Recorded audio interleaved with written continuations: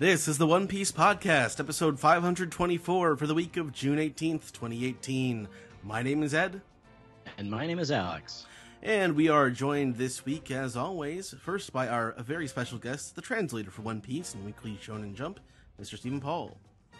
Hey, Ed. Hey, Alex. How you doing there, Stephen? How are you recovering from the weekend? Oh, yeah. For those listeners who weren't following our great hashtag OPP wedding, Zach got married this weekend. Woo! Which is why he's been off the show all month, in case we haven't said that enough. Yeah. He's I'm pretty exhausted. Yeah. This podcast is giving me energy, though, so I have that. I'll hopefully not crash before I finish editing it. So, but also on this week's episode, we have from the Vintage Anime Podcast, friend of the show, that's Dennis. Hello. How are you doing, Dennis? It's going pretty good. I'm ready for the summer conventions that are happening, and I fear for my wallet. I bet you have a bunch of cosplay lined up, don't you? Yes, I still have to work on a couple of them, but we will see how much I can finish in time. But, you know, the old adage, done is better than perfect, so I just got to get something wearable. Right. And finally, our anime recap host and the One Piece reviewer for Anime News Network, Sam Leach. Yo! One Piece is getting interesting. Yep. So we're going to get right into that soon. It's chapter 908, The Reverie Begins. We also have an anime recap of episode 841. But actually, we should probably mention this up top, that in the Japanese Jump this week, it was mentioned that the One Piece manga will be on break. Although that seemed to be lost in the English version. So yeah, I'm not sure how that slipped through, but there's definitely no chapter next week. But I think we got some cool plans to make up for that. That's right. We have a volume recap for was the most recent volume that came out in Japan? 89. 89. Also a special interview with Bob Mackey of Talking Simpsons, who is himself reading through One Piece at the moment. I think he was tweeting this weekend that he was reading the Davy Back fight. So I wasn't actually able to be on that interview, but I'm looking forward to hearing what is on it. Alex, you were there for that, right? Yeah, it's a really fun interview. Bob's a really great guy. Hopefully we'll have him on the show again at some point further along the line. But yeah, he talks about how he got into One Piece and what he thinks of it and so on and so forth. That's going to be part of a new segment that we're going to be calling Romance Dawn. That's a tentative title, but where we have guests and friends come on to talk about One Piece who aren't quite caught up, but they really like it. So I hope that you'll all like the segment too. Right on. Now, Dennis, there's going to be a One Piece event at Anime Expo this year. Do you want to tell the people about that? Yes, it's a collaboration between Viz and Scrap Games. Scrap Games has been known for both being at AX in years past doing escape rooms. For those who live on the West Coast, they've done quite a bit in both San Francisco and Los Angeles. So I think this is like the third year they are doing an event at Anime Expo. I want to say last year might have been Final Fantasy 14 related. Oh, cool. But this year they're going to do One Piece, and I'm not really sure what it's going to be. But you can get tickets on sale for that right now. I believe they are $25 each. There are a bunch of various appointments. A couple of members of the One Piece podcast are going to be participating in one of the escape room games, so you can definitely find a few of us there. Right on. And I believe it's on a Saturday that our appointment is, but it's running through the entire convention. Right on. And we also wanted to mention that the One Piece Color Walk compendiums are going to be coming out in 2 or 3 weeks now. And Alex, you actually got some preview copies in, and we're going to be giving those out, giving those away in a contest coming up. We don't know exactly what that is yet, but rest assured we will be giving away a couple of the copies of the One Piece Compendium Color Walk. That's right. Stay tuned. They're really great books. Stephen can attest to that, of course. He worked on them. Mm-hmm. But they cover the first 3 color walks. First 2 have been released in previous years by Viz. Color Walk 3 had not, which marks a first for the U.S. audiences. I believe our giveaway, whatever we're going to call it, is going to roll out in conjunction with the One Piece read through, which we are going to be re-rolling out again on the main feed, starting the last week in June and coming out each Friday. So keep an eye on your podcast feed, everybody. And if you know anybody who's reading One Piece or watching One Piece for the first time, I guess reading it, this is a really great jumping on point for the podcast. They'll be able to read along just like we did when we started the read through a few years ago. So yeah. Right on. And finally, in a bit of fashion news, Skechers has released One Piece character themed shoes, and for once, this is not a Japan exclusive. This is something you can get in America. So I'm sure many of you, if you follow us on Twitter, you've seen the pictures. But they look like basic Skechers. Some of that faux suede on the side, but all different color themed for different characters. Mm-hmm. Yeah, I like the color theming. I believe this is just the women's line. It does not make that clear, like just looking at the promotional page itself. But apparently that line, the D lights, D apostrophe lights line is a women's shoe. So well, I don't think that some of our more slender-footed male listeners would mind wearing women's shoes if they have One Piece characters on them. So hey, they look pretty unisex, and there are only 3 available right now, which is our Luffy's, Chopper's, and Sanji's. You can get Zoro, Trafalgar Law, and Doflamingo's a little bit later. Yeah, not sure when, but I like too that like you can see with Law and Doflamingo's that in addition to having the color style, they also have a strip towards the heel where Law's is the the hat pattern, like the spotted pattern, and Doflamingo's is the kind of purple and white stripy pattern from his pants. So it's just cool. And finally, I just wanted to say one more thing that I shout out to occasional guest on the podcast, Jill, who was thinking about buying 2 pairs so that she can ship Law and Luffy while she walks. So, I was amused. I was very amused by that. Thank you, Jill. All right. So without any further ado, should we just get right into this manga, this crazy ass manga chapter? Oh yeah, baby. Right. My God.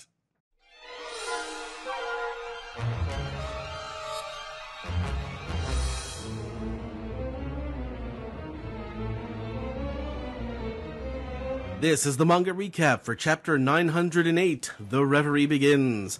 But before we get that bit of intensity, we have a bit of levity. It's the saga of the self-proclaimed Straw Hat Fleet, Volume 38, Orlumbus, 3 p.m., planning chart for pirating activities. So Orlumbus is just based on Zack at this point, right? Yeah, it's the One Piece version of Excel spreadsheets. Yeah. Multiple toasts at the rehearsal and at the wedding mentioning spreadsheets. Wow. So... It's not just us, yeah. It's not just us. One thing I want to note about this is that already this, I think, is the longest of these little mini cover stories, right? I thought there was one that got to 40, but oh no, I meant for the Grand Fleet, like each. Oh, for the Grand Fleet. Yeah, I think it is already. This is what the 56th one.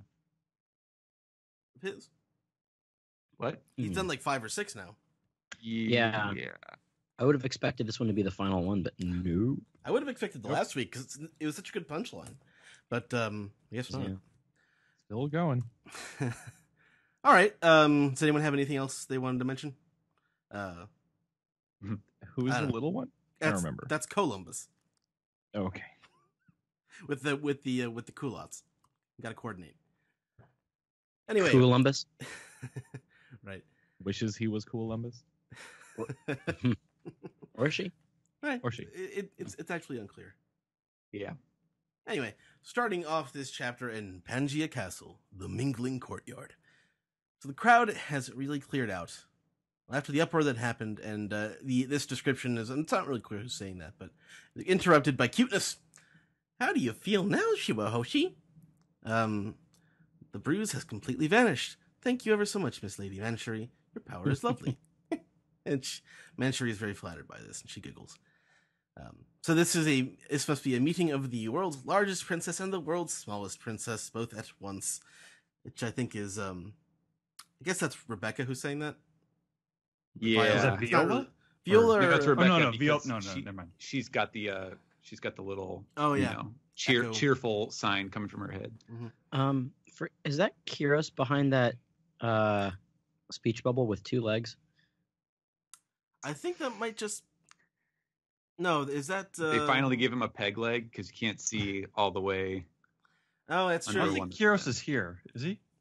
That's the thing. Like, yeah, I saw people talking about this, and I actually like looked for what panel they were talking about, and then I saw that. And at first, I thought it was Sai, although it is not because Sai is wearing his MC Hammer pants. Right. Yeah. But I don't know. I didn't think that Kiros was here. It might just be a nameless guard. True. Yeah. Well, Kiros Like was on the Chaka or something. I think that's. Kiros was on the ship detail. Like Yes. he was with them. Okay. Yeah, Kobe commented on his strength. Right. Oh, right. Okay. True. Well, yeah. I don't know if we see him for the rest of the chapter, so it's hard to say. With his Yeah, maybe just like one of Viola's detail guards or something. Yeah, or maybe it is Chaka or something. Well, I think it does look like the garb of Dressrosa, I think. Mhm. Anyway, so Neptune starts off with, so some are bad and some are good. It's the same way it is among fishmen. And you have saved me from giving it all up for lost, Mjosgard. And Mjosgard says, I will stay at Princess Shirohoshi's side for the week of the summit. I'm just glad that my station at birth is finally helping someone for once. Which Leo interprets as saying, you mean if you say to Orda, we can beat up anyone we want? And Mjosgard's like, yeah. I will gladly take responsibility for any fight undertaken to protect the princess and her companions. At this point, the Pell comes in. He says, I'm so sorry, Princess Vivi. I should have been at your side. And Vivi's more concerned about where her father is.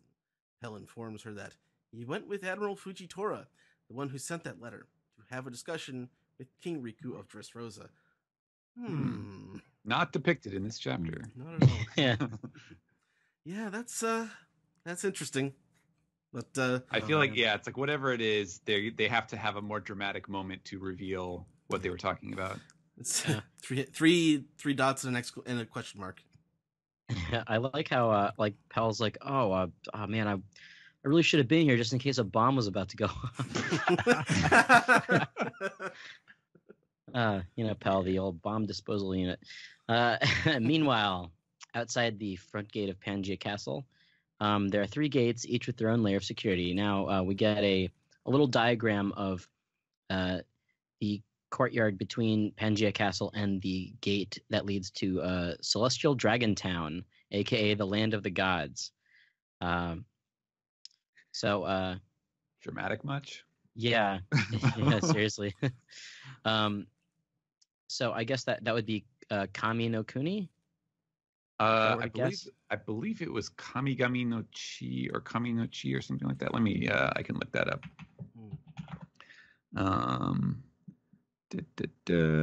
Kamigami no Chi. Yeah, that would be like land of the gods. So yeah, literally that's exactly what I had it as. Interesting. So we have a little Oda box, the Queen Dowager of Sorbet Kingdom, Connie. She has she's a little tiny lady, with an interesting piercing on right below her, And her lipstick, right too. eye. And interesting lipstick. She says, "Well, if it isn't the Sorbet Kingdoms." Oh, and I'm sorry, that was somebody else saying saying that. Well, if it isn't the Sorbet Kingdoms, Queen Dowager Connie, beyond this gaze, the land of the gods. Connie Stupanusenphone has stepped right in front of the Celestial Dragon Gate, and a guard lets her know that she cannot pass. It is dangerous to be here. Please return to the castle. And in the background, we hear, "Ooh, it hurts! Ooh, that Muse guard! I'll get him!" And someone pleads to Saint Charlos to be calm because it will upset his wounds. And you see the disgusting swollen face of the already disgusting swollen Charlos. Yeah. I like to think that the ST stands for Shart Charlos. Yes, Shart Charlos says, "You have entered the last of me, Urameshi." The guard the guard is shocked to see this. Oh, what in the world has happened? And others say that, oh, St. Charles has been injured. He requires immediate medical assistance as his. He got punched in the face and he requires send him to the ER. No, it wasn't. He got hit in the back of the head with a metal club. Oh yeah, well, either way, this is a group of people who probably has never even had so much as a paper cut in their lives. Aside from Charlo, so I think is the major exception to that rule. Every time we see him, every time we see him, he tends to get a face full of fist. So the slave number 3, is crawling swiftly towards the gate as it opens, and we hear, "Oh, Charlos, are you safe, my boy? I heard there was an incident, and I came to get you." And it's world noble celestial dragon Saint Roseward. You all remember him from Excuse me, Bondi arc. Shart Roseward. Ah, yes, thank you, Ed. Shart Roseward. Father. Has it always been Roseward? I thought it was Roswald or something. The Viz is Roseward. I'm not sure. It may be they may have it as Roswald in the Funimation version, or the Crunchyroll simulcast, maybe. Yeah, something like that. Hatton Roseward. Yeah, I don't know. Shart Roseward sounds like a Gundam name. Oh my god. Yeah. Well, he's certainly piloting something here. What is he piloting? Okay, so on the next page, we see that as these two celestial dragons are sort of crawling towards each other on their slaves, Connie is swooping in. I guess she got under the gate. The guard is wondering, where did she go? And then we move down the page and we see that Saint Rosward is in fact riding Warlord of the Sea, former Revolutionary Army officer and former King of Sorbet Kingdom, Bartholomew Kuma. Rosward is saying, that Don Quixote Miosgard is a real crank, a celestial dragon without a single slave. Between him and Homing, who left for the lower world 30 years ago, the entire Don Quixote clan is a mad bunch. Charlos is noticing through his swollen face. He's noticing, oh, father, you have the invincible slave Kuma, and Kuma is, we see the ellipses, so it feels like he's registering something, but he's not talking. Indeed, I do. It's finally my turn on the rental list, which is like every new detail about like how they operate their slaves, and particularly how they operate Kuma is just like it's bad touch. Yeah. But don't forget the text on his introduction text there. He's the former king of Sorbet Kingdom. Yes, I said that. Wow. Yes. Yeah. I'm very excited about it. The thing that is kind of surprising to me, or that it feels like it hasn't fully been addressed here, is the fact that, so we've seen how completely, entitled, because of the way the system treats them, the celestial dragons are. But I have a really hard time imagining, how do they decide? System? Yeah, how do they decide? Oh, okay, well, I'll wait my turn for the for the slave. It just seems so at odds with the way that they act individually. Well, I mean, there's some indication that they do regard the 5 elders as above them, but that's about it. Yeah. Yeah, and on the next page here, it's you can even hit him if you want, and we see Rosward is banging him on the head with a sledgehammer, and he just kind of keeps going. And Connie is swooping past the water fountain here. Rosward seems to notice something, but he doesn't linger on it too long. And hey, you can even stab him if you want. Isn't Kuma's body mostly metal at this point? Well, apparently not. I mean, unless that's oil. Right. It's raspberry jam. So Connie is huffing and puffing as she's catching her breath around the corner here. I didn't think I'd run across him right in the open like this. And this old woman is slowly transforming, and she's talking to herself. Well, I made it inside, and then boom, you get to see her full true form. Worst generation pirate, captain of the Bonnie Pirates, Jewelry Bonnie.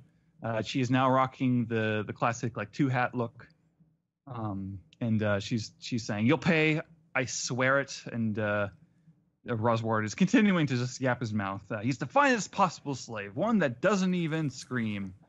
And Bonnie is reiterating what she's saying. I swear it, and she's wiping a tear across her off her eye. So this is kind of our first indication that Bonnie and Kuma they know each other personally. Well, she would kind of have to be. She's the Dowager Queen of the. No. Oh, wait, no, that's a different kingdom. Never mind. Well, no. It is the yeah, same it was kingdom. the Sorbet Kingdom. What am I thinking? Yeah, I'm just trying to understand what the implications there are. Like, is she pretending she's the queen of the kingdom, or is her old form the queen of the kingdom, or Maybe that's her true form. Yeah, that's the question. Like, is Connie her real self, and then she got this fruit and can transform herself to be younger, and then she was like, well, I'm the queen dowager, like the king already died or whatever, right? So I'm just gonna go off and be a pirate or do whatever. And just to say, the queen dowager is a term for a woman who was married to someone who reigned as a monarch, so and who is no longer reigning. So yeah, and so now the straightforward assumption there would be that because based on her age, I would say that the implication is that she was married, had Kuma as a child, and then when her husband died, the old king, and she became the dowager, then Bartholomew Kuma became the king. Right. So Connie is Kuma's mom, possibly. Or his wife, it might have been. Yeah, that's another possibility. Wait, does that mean that Kuma and Luffy are brothers too? Well, yeah. I mean, going on the assumption that that Bonnie is the the queen mom, in that Bartholomew Kuma was her son. I think it's amazing that after all these years of like mom, jewelry mommy, theories, that it's not Luffy or Law or any. It's Kuma who is who is potentially the offspring all along. It's just like the most out of left field possibility could have come up with. Yeah, I was Kuma was the last person I was expecting to see. Mm-hmm. Yeah. Well, I mean, it kind of makes sense with the revolutionaries. So. Yeah. Yeah. Speaking of which. Dennis. Meanwhile, just underground, we see like a little bit layer beneath the underground area of this place, and it says, "Stop raging like that, Sabo. Ew, you boys get so scary.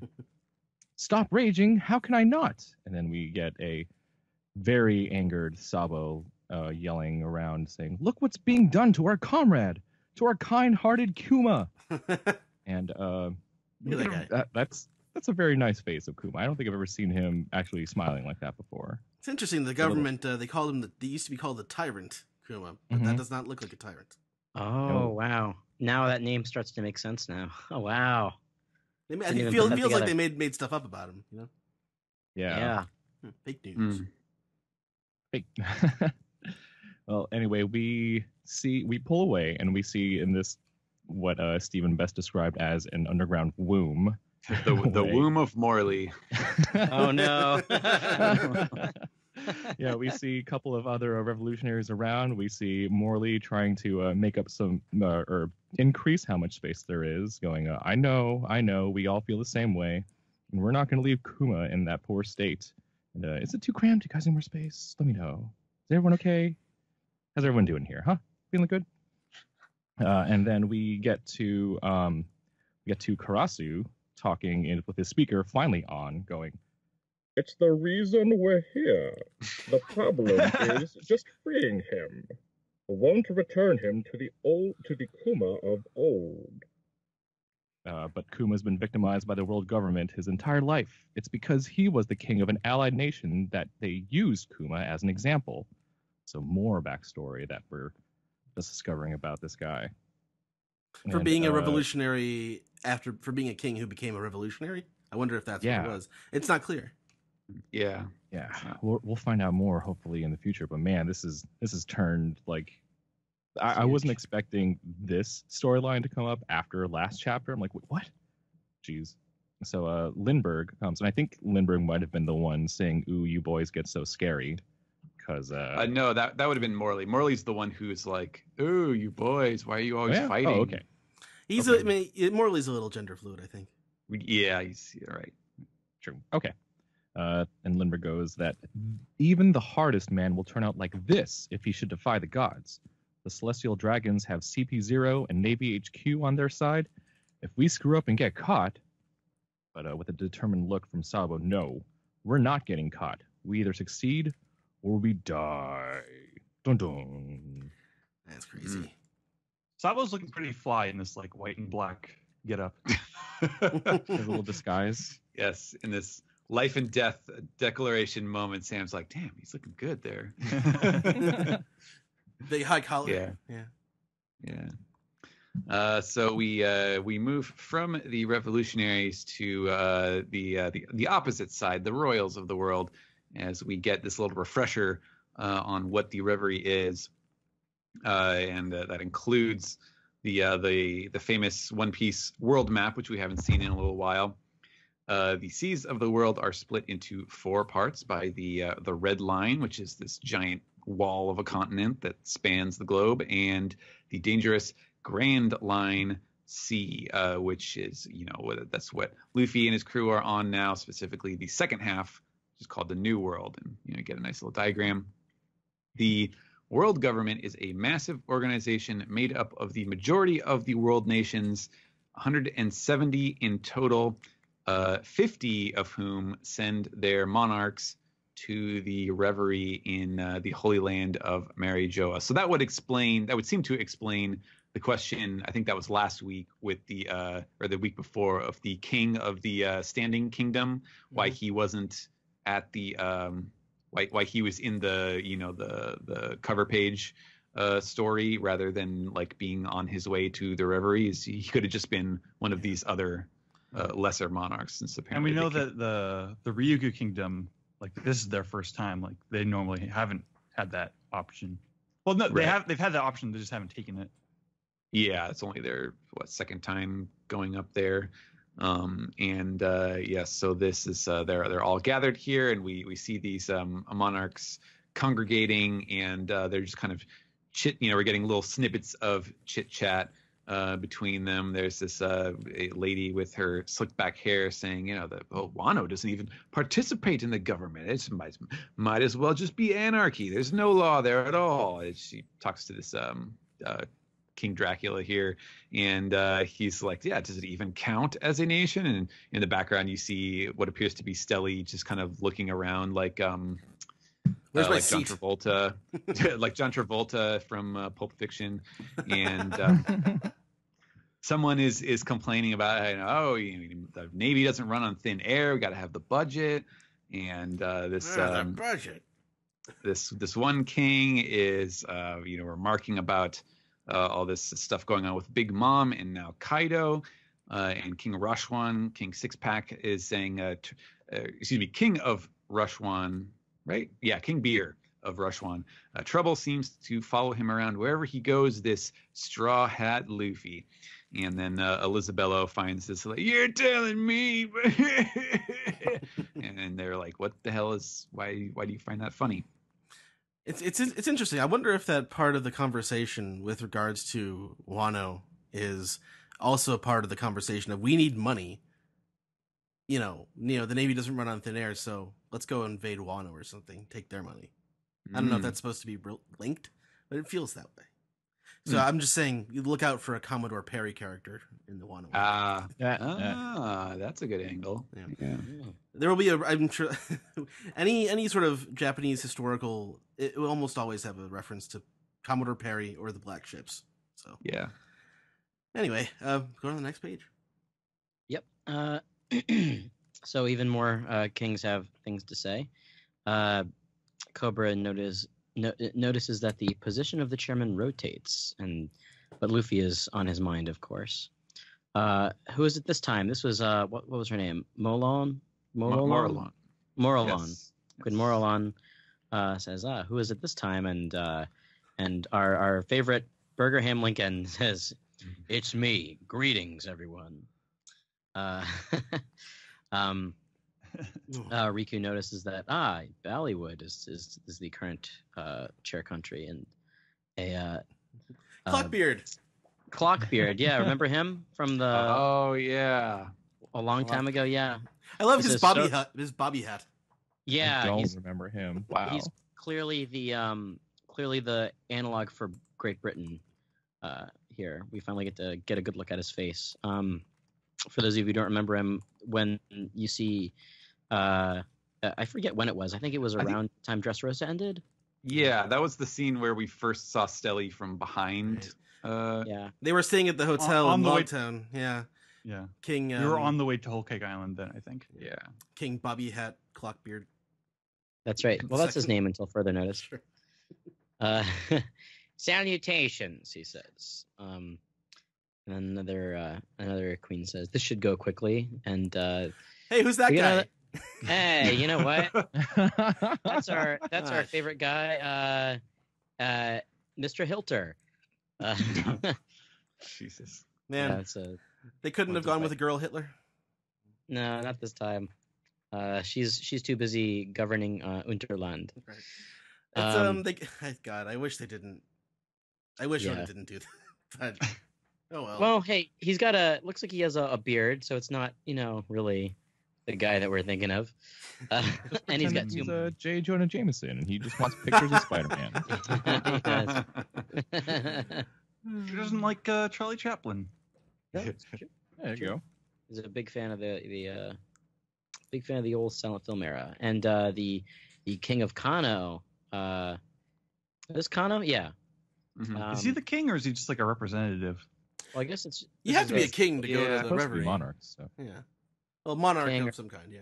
Yeah, prime minister, what have you, says even with 7 days, there's no end of topics to discuss. So we get a little more information on the reverie, and then da-doom, we see the entire table of kings and queens and of various monarchs. My esteemed fellow monarchs, let us commence with the discussion about this beautiful world of ours. And this is the world meeting reverie, and I can only assume that it said Levely in. It did.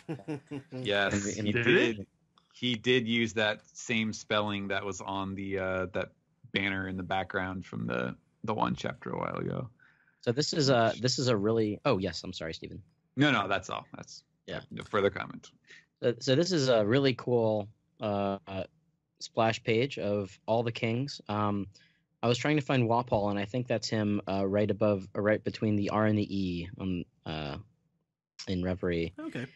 Uh, It's interesting that, Seems- that Lisabella is sitting next to Neptune. That's interesting. Too. yeah, that's true. I was trying to find Riku. I see King Tacos. I see. See Dalton on the left there. Yep, Dalton. You can't miss. He never changed his clothes despite being a king. Yeah, there's so many like interesting characters and faces. I'm super looking forward to seeing Oda's full designs for a lot of these guys. It's kind of nuts. I think Sounds good. Riku is to the left of the really tall king with the crazy triangular mustache. Yeah. Right under the Oh, yeah, there he is. dune on Yeah. the Two left over side. from some Genie monarch head? with like either a genie Yeah. head or a teapot head. I don't He's know. got his kind of arms. He's got his Yeah. elbows up on the table there. Who's next to? I think that's Clockbeard, Hitler, and Stelly next to Dalton. Oh yeah, Mm. I Interesting. suppose so. I also can't find Cobra either, but he might be one of the ones that's who's got their back turned to us. That's Perhaps. true. I don't know. A lot of the people on like the lower left side have some kind of Easter Island thing going on. Like there's a lot Right. of very pronounced like chins and sloped kind of maybe it's just the angle that he drew them, but Mhm. there's some real funky looking folks. The There's one also guy kind of someone looks like Mac Tonight. If anyone knows the old McDonald's. Someone Yeah. looks like she has a like Chiquita banana headdress on as well. I see Yeah. the Mambo or the Samba King rather. Right, Uh, yeah. Right near the middle. There's There's a lot going on it's here. everyone, all your favorites. All the stars are out tonight. But that's Yeah, the end of this page. They're deciding the Emmy Awards. Okay, so the meeting has begun. We go to another place in the castle. They say that Cobra, King of Alabasta, desires an audience with us. And boom, it's the 5 Elder Stars, and they are on the move. So they keep talking. They says 800 years ago, the Nefeltari dynasty was the sole bloodline of the first 20 to remain in the lower realm. In other words, they are traitors. Has he cottoned on to something? Let us pray it does not derail the talks. Especially with this discussion of Big Mom and Kaido. It's been 2 years since the Paramount War, and the roiling will not cease. The world's equilibrium cannot be maintained forever. The time has come for a great cleansing. One could even call it a purge. That's just my opinion. But that's a very intense, straight-on shot, big doom in that panel there with the bald Elder Star. Yeah. So we get the Chamber of Flowers in Pangaea Castle, and someone bows down and kneels down and says, "Great Emu, they have arrived." And this tall character who's been cutting up pictures, Blackbeard, Luffy, and what looks like that's Shirahoshi. Mm-hmm. Yeah, stabbed straight through her face. I don't think Oda's ever drawn Blackbeard's wanted poster before. Yeah, that's true. Yeah, because his wanted poster was essentially 0. So. And then he wouldn't have had one until he left the 7 Warlords. That's true. Yeah, you're right, Ed. Stabbed through the face. Write that one down. But that's not the last one we see. It's Princess Vivi's picture. It was the last one. I don't like that. Nope. No. So the Great Emu is climbing the stairs to the empty throne and reaches the top right in front of the swords. Go to the next page. The Great Emu. It's like a giant flightless bird. There was a character from the Three Stooges short once, the Emir of Shmoo. Sounds like that.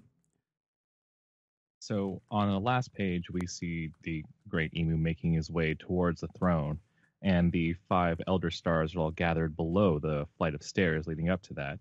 And one who isn't bald and has the least impressive facial hair says, "Oh, Great Emu," and then he and the rest of the Elder Stars all take a knee, and it looks like with the thump, the Great Emu sitting down on the chair. Yeah. Looks like it. I mean, it kind of makes sense with the way that that crown is. Yeah. And that chair. Yeah. And and it continues, "The 5 elders are at your service." And now we get to a very serious look for all of them, and 3 of them start talking, asking, "Have you decided upon another light to be erased from history? Simply state the name you wish stricken." And with a ... and a gurg, we end that chapter. Oh man, this is Zach picked the wrong month to get married. Yeah, this is all his jam. Oh, so good. Yeah. Man, but still, even more questions than answers. So, Steven, do you want to start off your opinions on the chapter? Sure. Wow. Yeah, there's a lot to take in, and once again, I think I said this last week, but it seems like the holding pattern so far is that he throws all these crazy details, these revelations where you're like, wait, okay, so that character is doing this now, or that person knows him or her or whatever, and then just kind of goes to another scene, and you always think like, okay, well, next chapter it'll definitely go back to that, and then it doesn't, and then there's something else that is extremely enigmatic that is revealed. In fact, like it was almost a miracle that we actually got a follow-up with Miosgard in this chapter. But it's nice to see that Oda kind of put a pin in the whole like Shirahoshi abduction angle for the moment, at least that she is should be safe from the chuds, the sharts, charloses, as we call them. Although obviously there are more layers to the celestial dragons than that. The Bonnie and Connie and the Sorbet Kingdom and all of this stuff is really fascinating. And I feel like a lot of that, it does, like, I hadn't thought about the Kuma the Tyrant angle, but that definitely, I was like, oh, okay, that suddenly makes a little bit more sense. There's a framework to interpret that. Although I think other people, someone else also pointed out that if you go to the old childhood drawings that he did, that like Kuma looks kind of like a ragamuffin, like a lot of the other kids. So it's not, it doesn't all wrap up neatly in a bow. So there's definitely more to be revealed about this this kind of stuff. But I liked that it like, especially leading from there into Sabo and the revolutionaries. It seemed like a good personal angle to their part to play in this, because like after there was the scene with Bella Betty and Koala where she's like, oh, we're like, we don't really have anything against the nations of the world, we're just doing this to get the the celestial dragons and stuff like that, and it kind of made it seem a little more happy-go-lucky that they're here. But this one, this makes it very clear that like, no, this is not only is this a cause that they believe in, but it's something that is very personal because it involves people who are among their group. And so that yet another layer to the enigma that is Bartholomew Kuma. It's so interesting that he became a pirate and then became a warlord, but first he was a king. That's just, I'm wondering about the order of that. Yeah, how does this all fit together? That's what I really would like to know. The reverie stuff is pretty straightforward, but then this last scene, so you have this figure, which I translated as Great Imu because so it was in Japanese it was Imu-sama, and for for a ruler or a monarch or some great figure, normally I think for our English translation I would use Lord or Lady, but it's still very much unclear who this character is, if it's male or female. Certainly the silhouette of the figure is extremely hard to gauge. So it's hard to say what this character represents, other than that they're clearly an as of yet unrevealed even higher level of the celestial dragons, or someone who the purportedly highest level of celestial dragons, which is the five elders, obey and bow to. And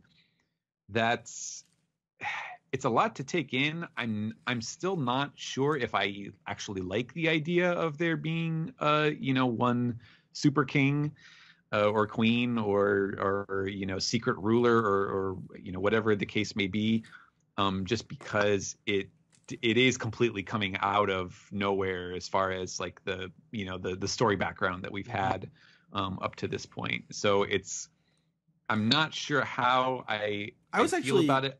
Other than that, it's very menacing. Yeah, I was actually thinking about it in the sort of the sense of like, I was looking at the like the room that place where we first see her in this chapter. Well, not her. Could be either. Mm-hmm. First see the Great Emu in this chapter is this chamber of flowers. So I was sort of thinking it could be a situation sort of like the Oracle, or like, a Great Oracle or something. Someone that they consult who has supernatural powers, who wouldn't necessarily be a ruler, but holds an extreme amount of power over people. And maybe with the flowers, it could be related to devil fruits. I don't know why. I don't know. I'm trying to figure out ways that flowers could be involved, because it seemed to be important. Yeah.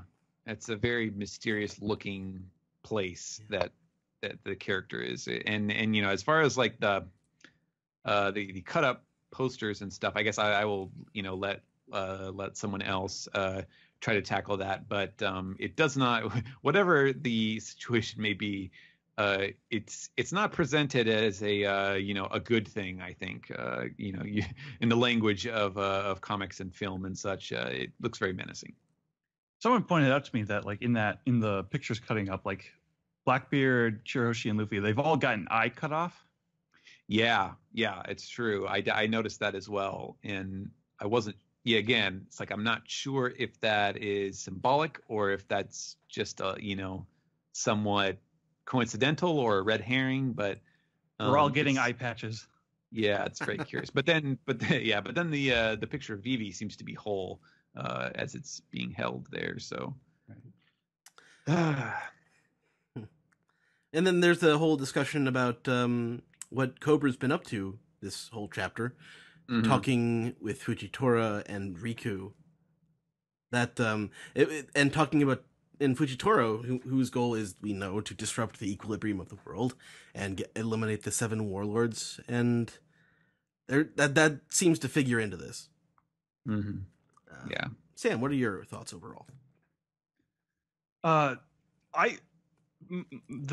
biggest takeaway is that, like, to me, the ending of this chapter is like such a punchline to last week's, right? Where they set up this empty throne thing. Like, I was even like talking last week, like, oh, this empty throne idea, like, it's so cool. And it's like, and then this chapter comes around and it's all like just a blatant lie. Like, it's not even just like ironic that they're not living up to it. It's just straight up a lie.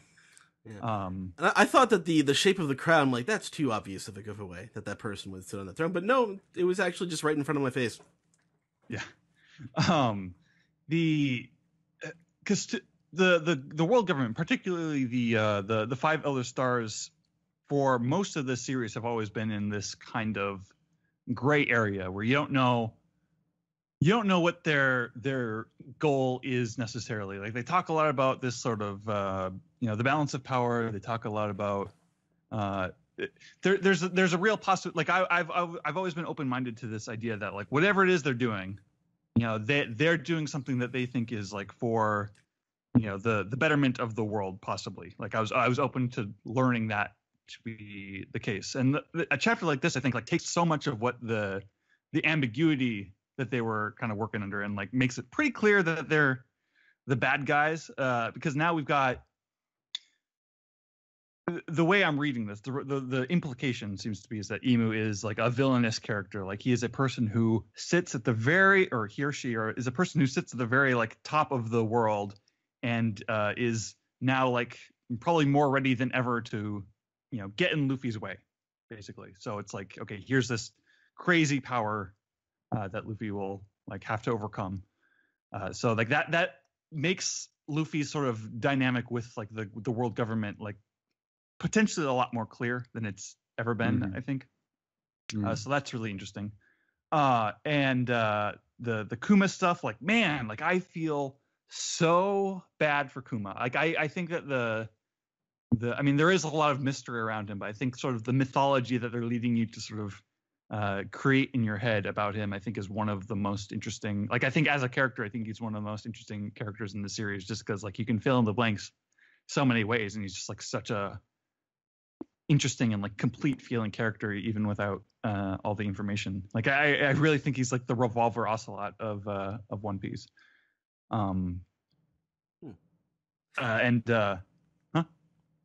No, I kind of wish I knew what you're talking about. I know it's from Metal Gear, but I don't know. Metal Gear. Revolver Ocelot is he's a guy who, like, he double crosses a lot of people. Like, he's working for one guy, but really he's working for this other guy. But then you find out that he's, like, giving up his consciousness in order to serve this greater purpose. And so that's kind of important recurring character in the series. Yeah.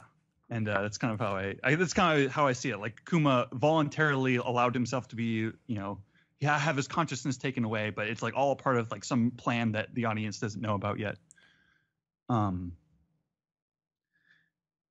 then, just, like, I think that the intrigue that they're laying on here in the Reverie arc is just, like, so crazy thick. Like, this is some real, just, like, A+ material in terms of just, like, pulling the audience in and just, like, making us want to find out what happens next, because it's, like, just nuts.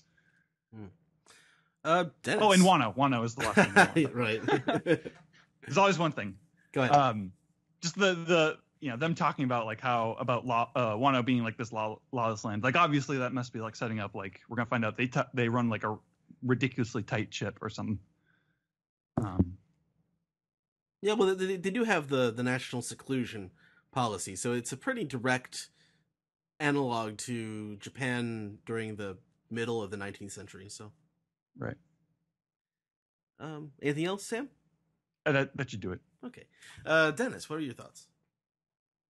Oh, I know we're trying to swear less, but this shit is crazy. I know that there are a lot of fans out there who are like, oh, when we get to the punchy scenes and the action, but man, I live for the story for One Piece, and I have no idea where they're going to go with these plot threads, but they're all so enticing. I just want to know more and more about everyone's history. And as someone who didn't like history in school, I'm surprised I'm saying that myself. Didn't think we'd see Manchuri, but I'm glad she came out.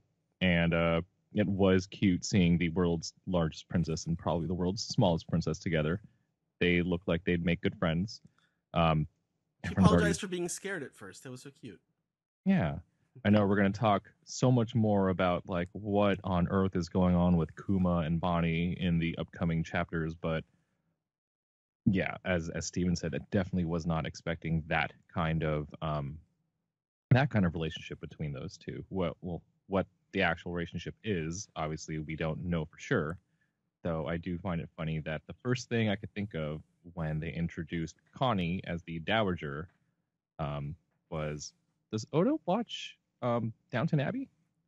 That's one of the premier times I remember hearing the word Dowager used in the media. So no, actually, it's from Game of Thrones. I'm sure of it. Well, Oda can watch more than one show with his only 2 hours, 3 hours of sleep. So yeah. We know what he's been watching lately, though. Yeah, I guess technically the Queen of Thorns. Yeah, well, yeah. I was also going to say for a lot of the series, Cersei is technically the Queen Dowager, while her kids are the king of the Iron Kingdom. Yeah.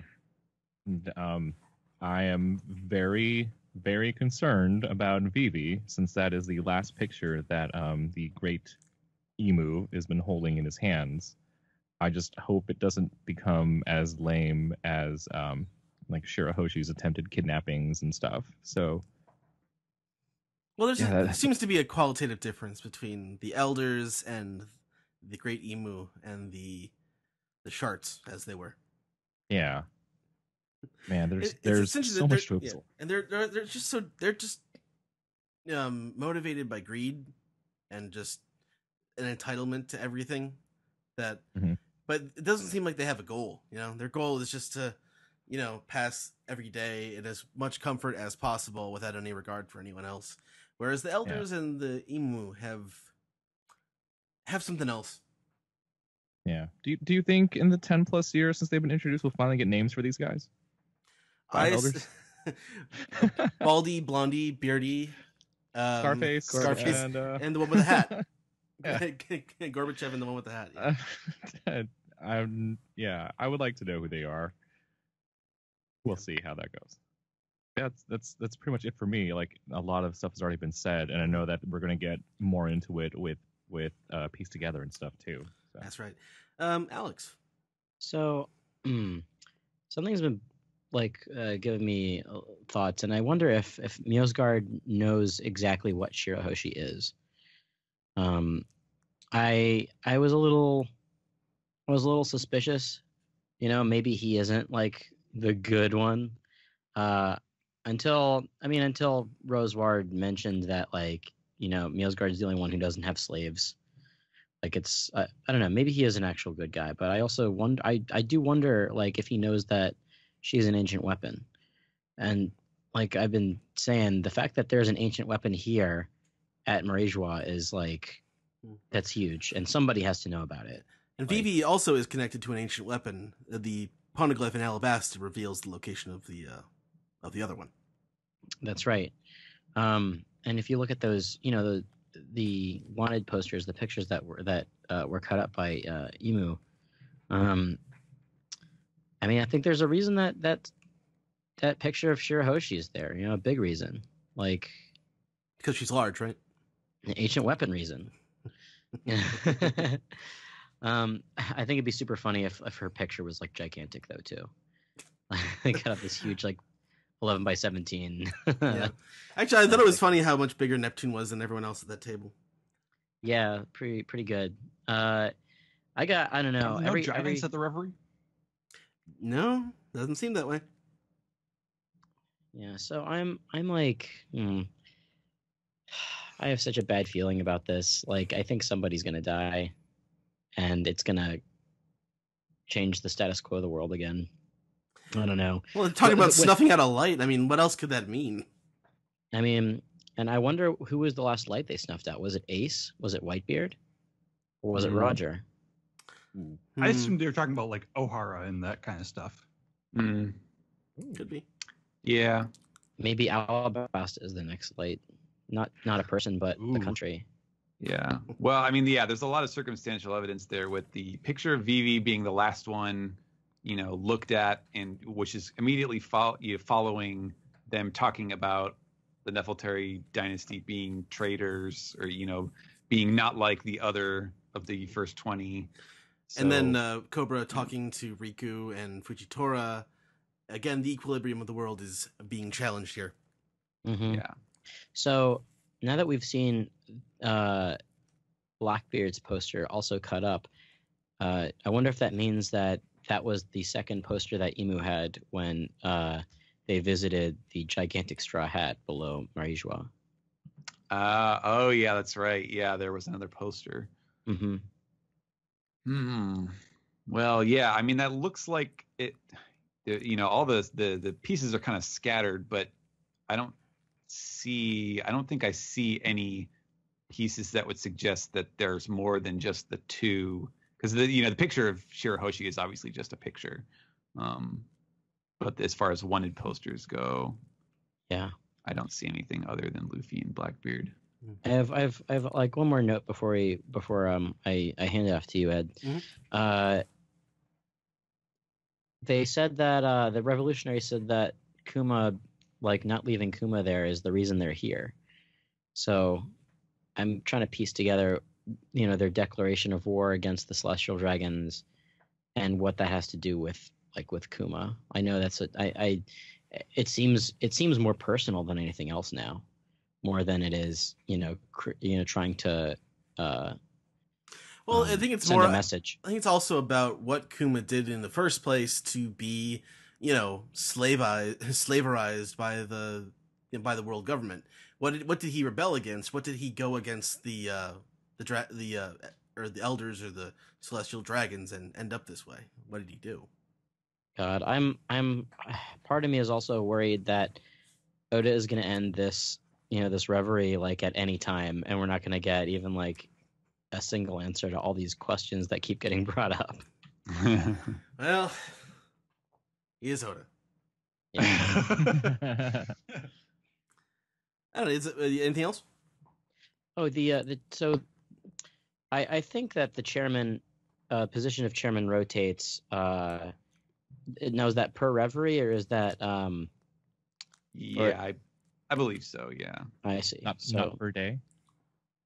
Or I mean, it could be anything. Like it's not clear if they're specifying per day or per reverie. It's just it rotates. Who is this in this scene?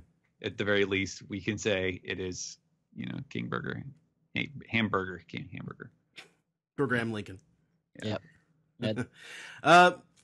Man, I don't have that much to add at this point. But the Great Emu, I'm not getting like a ruling sort of feeling. It's like I feel like they're going before her to ask, or I say her just because of the slender crown, but it could be either. But just to ask questions and get guidance. It's because it's not acknowledged that there's a person sitting on this throne ever. No one is supposed to see this, and so there must be some sort of special significance added to this when someone speaks from up there for the elders. Like no one else knows about this apparently. So, but there's also a reference of a great cleansing. So it just feels like a purge, sort of a political term, but something. It's a nice word for genocide. Well, I mean, it could be a person, could be a whole city. I mean, they're talking about the world's equilibrium. It feels like they've got, they're out. Yeah, fewer pirates. It's a bigger issue than just one person's, getting assassinated will solve, I would imagine. Oh God, I just put two and two together. Maybe this could have something to do with Madame Charlie's prediction. Hey, True. Yeah. good. Yeah. The immediate thing that it kind of reminded me of is Zed's goal in Film Z, where he wanted to like blow up the Grand Line just to kill all the pirates. Yeah, Mm. definitely. I think that might be a bigger scale than what we're thinking here, because I'm thinking big. I'm thinking these guys are doing something big. I'm in agreement with you, Ed, when I think that like less of a monarch and more of a soothsayer, or like, Because it seems like it seems like the emu lives in that room of flowers, or at least that's where they are normally. The throne room is somewhere where they go on a very limited occasion. yeah, and the cutting up of the wanted posters and having them strewn about is, I don't know, it kind of reminds me of telling fortune using tea leaves. sort of. Yeah. It's a kind of a divination aspect to it almost. Yeah, that's kind of what I'm getting from that, and the fact that they have Vivi's picture untouched is, I don't know, guys. I think I was thinking about this earlier, about the implications of what if Vivi died? Like, what would happen? Cobra's there. He's talking with. She's a Straw Hat. She's a member of the Straw Hat Pirates. Yes. So that's killing Luffy's crew is bad for the government, I think. But it's also bad for hazardous to their health. Yeah. I mean, think of what the Kingdom of Alabasta would do if they're here at the Reverie. They're the only kingdom who has of the 20 holy countries that had abstained from moving to Marie-Joie. Like, they're seen as traitors. But think of what this sole country, I feel like that would almost be making an example of them, sort of like how Kuma was made an example of, or I wonder what he would talk to Fujitora about. Like, where's Fujitora gonna, I don't know. Well, Fujitora hates the Seven Warlords, and Cobra was almost overthrown.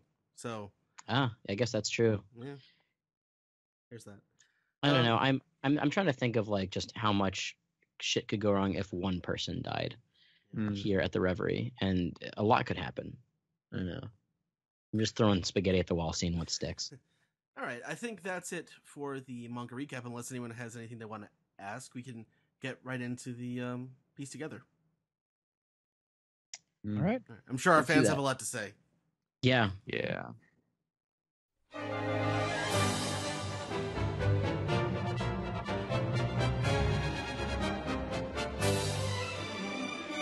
This is the anime recap for episode 841, Escape from the Tea Party, Luffy vs. Big Mom. I'm your host, Sam, and today with me we have our good friend, Ed. Hello.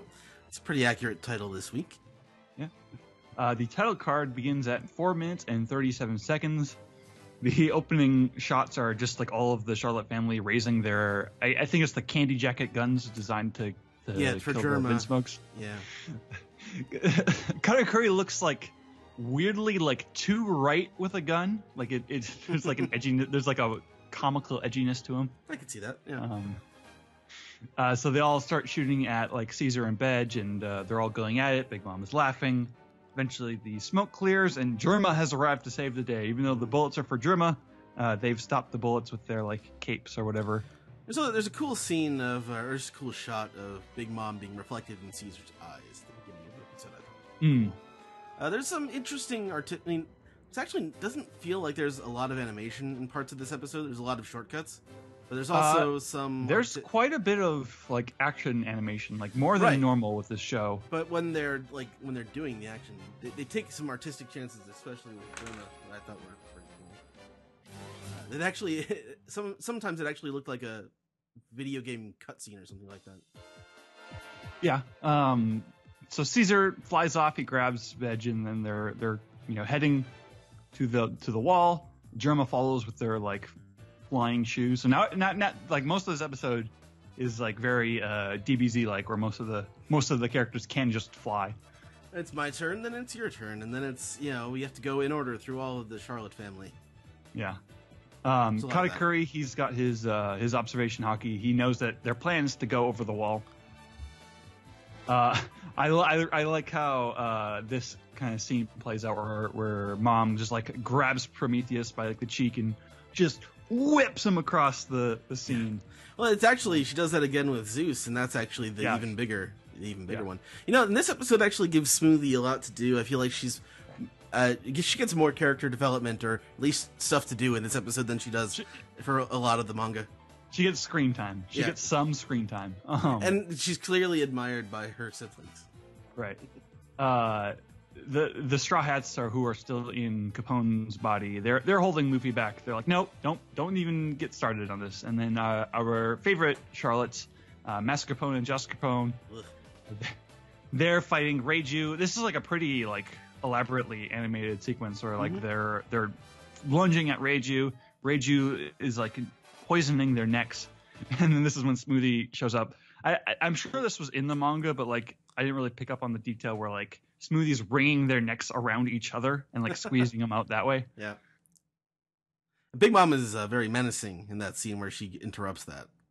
Yeah, and she's grabbing Zeus and she's going in for another attack, and that's when like these kind of gusts of I guess wind and fire are like flying across the air. As I think Big Mom she's going for Reiju. I think Luffy's is steam. Yeah, steam. So Luffy and Sanji, they've emerged from Bedge's body and they have stopped Big Mom's attack in midair, and they're like arguing with each other while they're falling. I like this sequence a lot more in the anime than in the manga. Where in the manga it was just like this, just really kind of sudden, like, oh no, Reiji's in trouble. Bam, the guys are here. Yeah. But here, like, all of the I'm sorry, were you gonna say something? No, I was agreeing. Yeah. All the nearby Charlotte families, Charlotte kids, like they all feel a lot more involved. There's a much like larger sense of space between like Big Mom and Reiju, and so like when we're looking down at Luffy and Sanji, who are like falling in slow motion down to the ground, like the ground feels like it's a really long way down, and Luffy and Sanji, they're arguing. Luffy's like, hey, I thought you said we weren't gonna head out of Bedge's body, and Sanji's like, no, you weren't supposed to do it. I can. So they're not on the same page at all. And so Big Mom like has she's like, you remember what you said to me back on Fishman Island? That was a she gets really really sinister like there. It's just they're playing the threat of Big Mom very well throughout this whole episode. Yeah, I agree. But they do kill a couple of minutes just like replaying footage we've seen quite a few times now in this arc. Well, and then there was the part later on where it was still well animated, but it felt like a bit like getting every character into the episode. Yeah, through the middle of the episode, but again, closing strong. So I'll let you continue. Yeah, like Big Mom is goading Luffy. She's like, "Oh, you're a coward for running," and Luffy's like, "I'm not gonna run." Gear 4. He goes Gear 4. Got some reused animation from Dressrosa. Vito is geeking. He's inside Bedge. He's like geeking out over Germa still, and this kind of bothered me where like they dedicate some time to like going over each of the Vince Smokes again. Yeah, that's the getting everybody in sense that I was talking about. That and some of the like when they kept having to fight the Charlotte children on the way out. I mean, I understand why they do it, but it's just I want to get to the fireworks factory. Yeah, basically. So these we kind of get like a little series of mini fights that we didn't really get in the manga, where like Yonji is fighting Oven, Niji is fighting Daifuku, Ichiji is fighting Smoothie, and that's I think what you were referring to earlier, where it's like, oh hey, Smoothie gets a fight in this arc. Sort of. It's like a minute long, but it's something. Yeah, I mean, it's almost like you'd think that she grabs his leg and she's gonna wring it out or something, but she doesn't actually get to use her powers because you like jet blast her in the face. Yeah. So Caesar Clown gets a fight as well. He's fighting the giant candy wall that Perospero raises up. I love this sequence where like Caesar's like flying, he's like kind of happy, and then like the shadow of the wall starts to cast over him, and like his the comedic timing and animation on his face is it really cracks me up. And that's when the Germa boys they show up and they bust the wall down. That's a pretty cool combo attack. I feel like they didn't get like an insert song last week, but I feel like the theme that plays during this is sort of their theme because it doesn't it doesn't really sound like other One Piece music so much. Right. Oh yeah, this was the song that played. This is like one of Yeah. the songs that played during their transformation. Must be a new piece of BGM.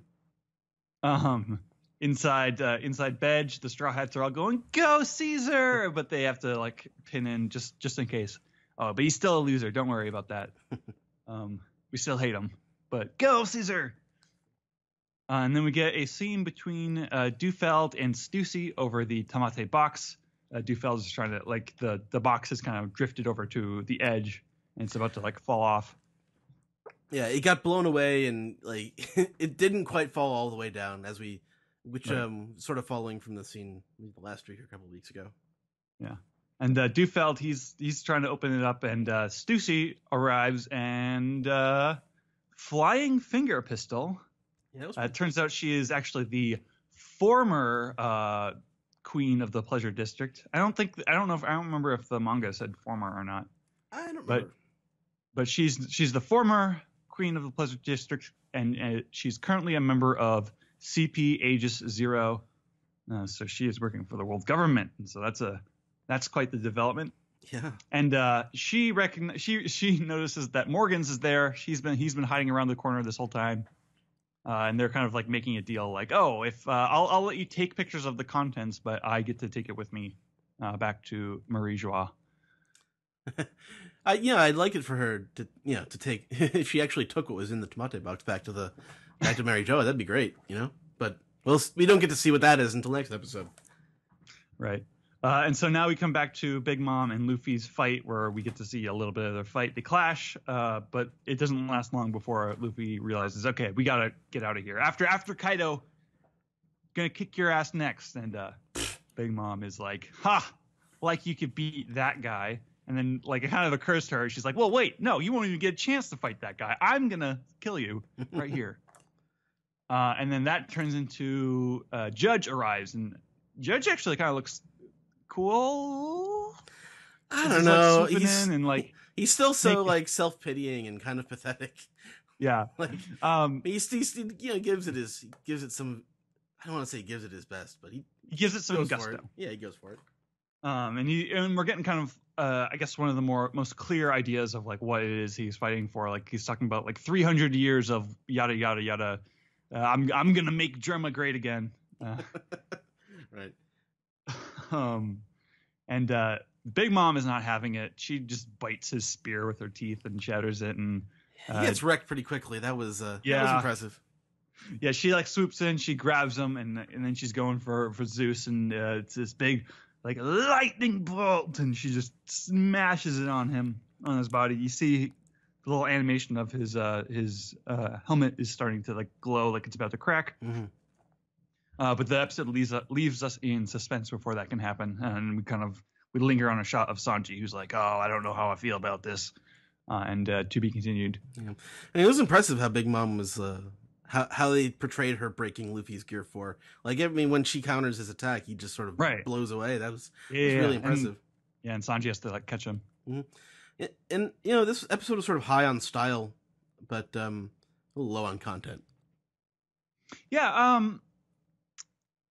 There's a lot of action. Like they're definitely trying to embellish the action a bit. I mean, that's kind of a common fan complaint of like, oh, well, there's not enough like one-on-one fights. There's not enough, yada, yada.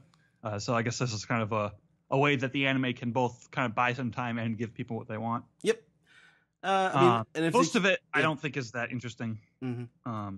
But I do like the story stuff that is here. Like I like this feeling of, we're racing for the wall. Everything else we've done to try to kill Big Mom has failed, but now it's this big mystery of can we make it over the wall? Yeah. And this entire last sequence between like Luffy fighting Big Mom and then trading over to Judge fighting Big Mom, I think that stuff is all really, really strong. Yeah. And for once, they don't give everything away in the next episode preview. Also, although that also might mean that the thing I'm thinking of isn't actually happening in the next episode. So who knows? Right. Yeah. Any other thoughts, Ed? No, I'm just looking forward to next week. All right, let's move on to the next segment. Sure.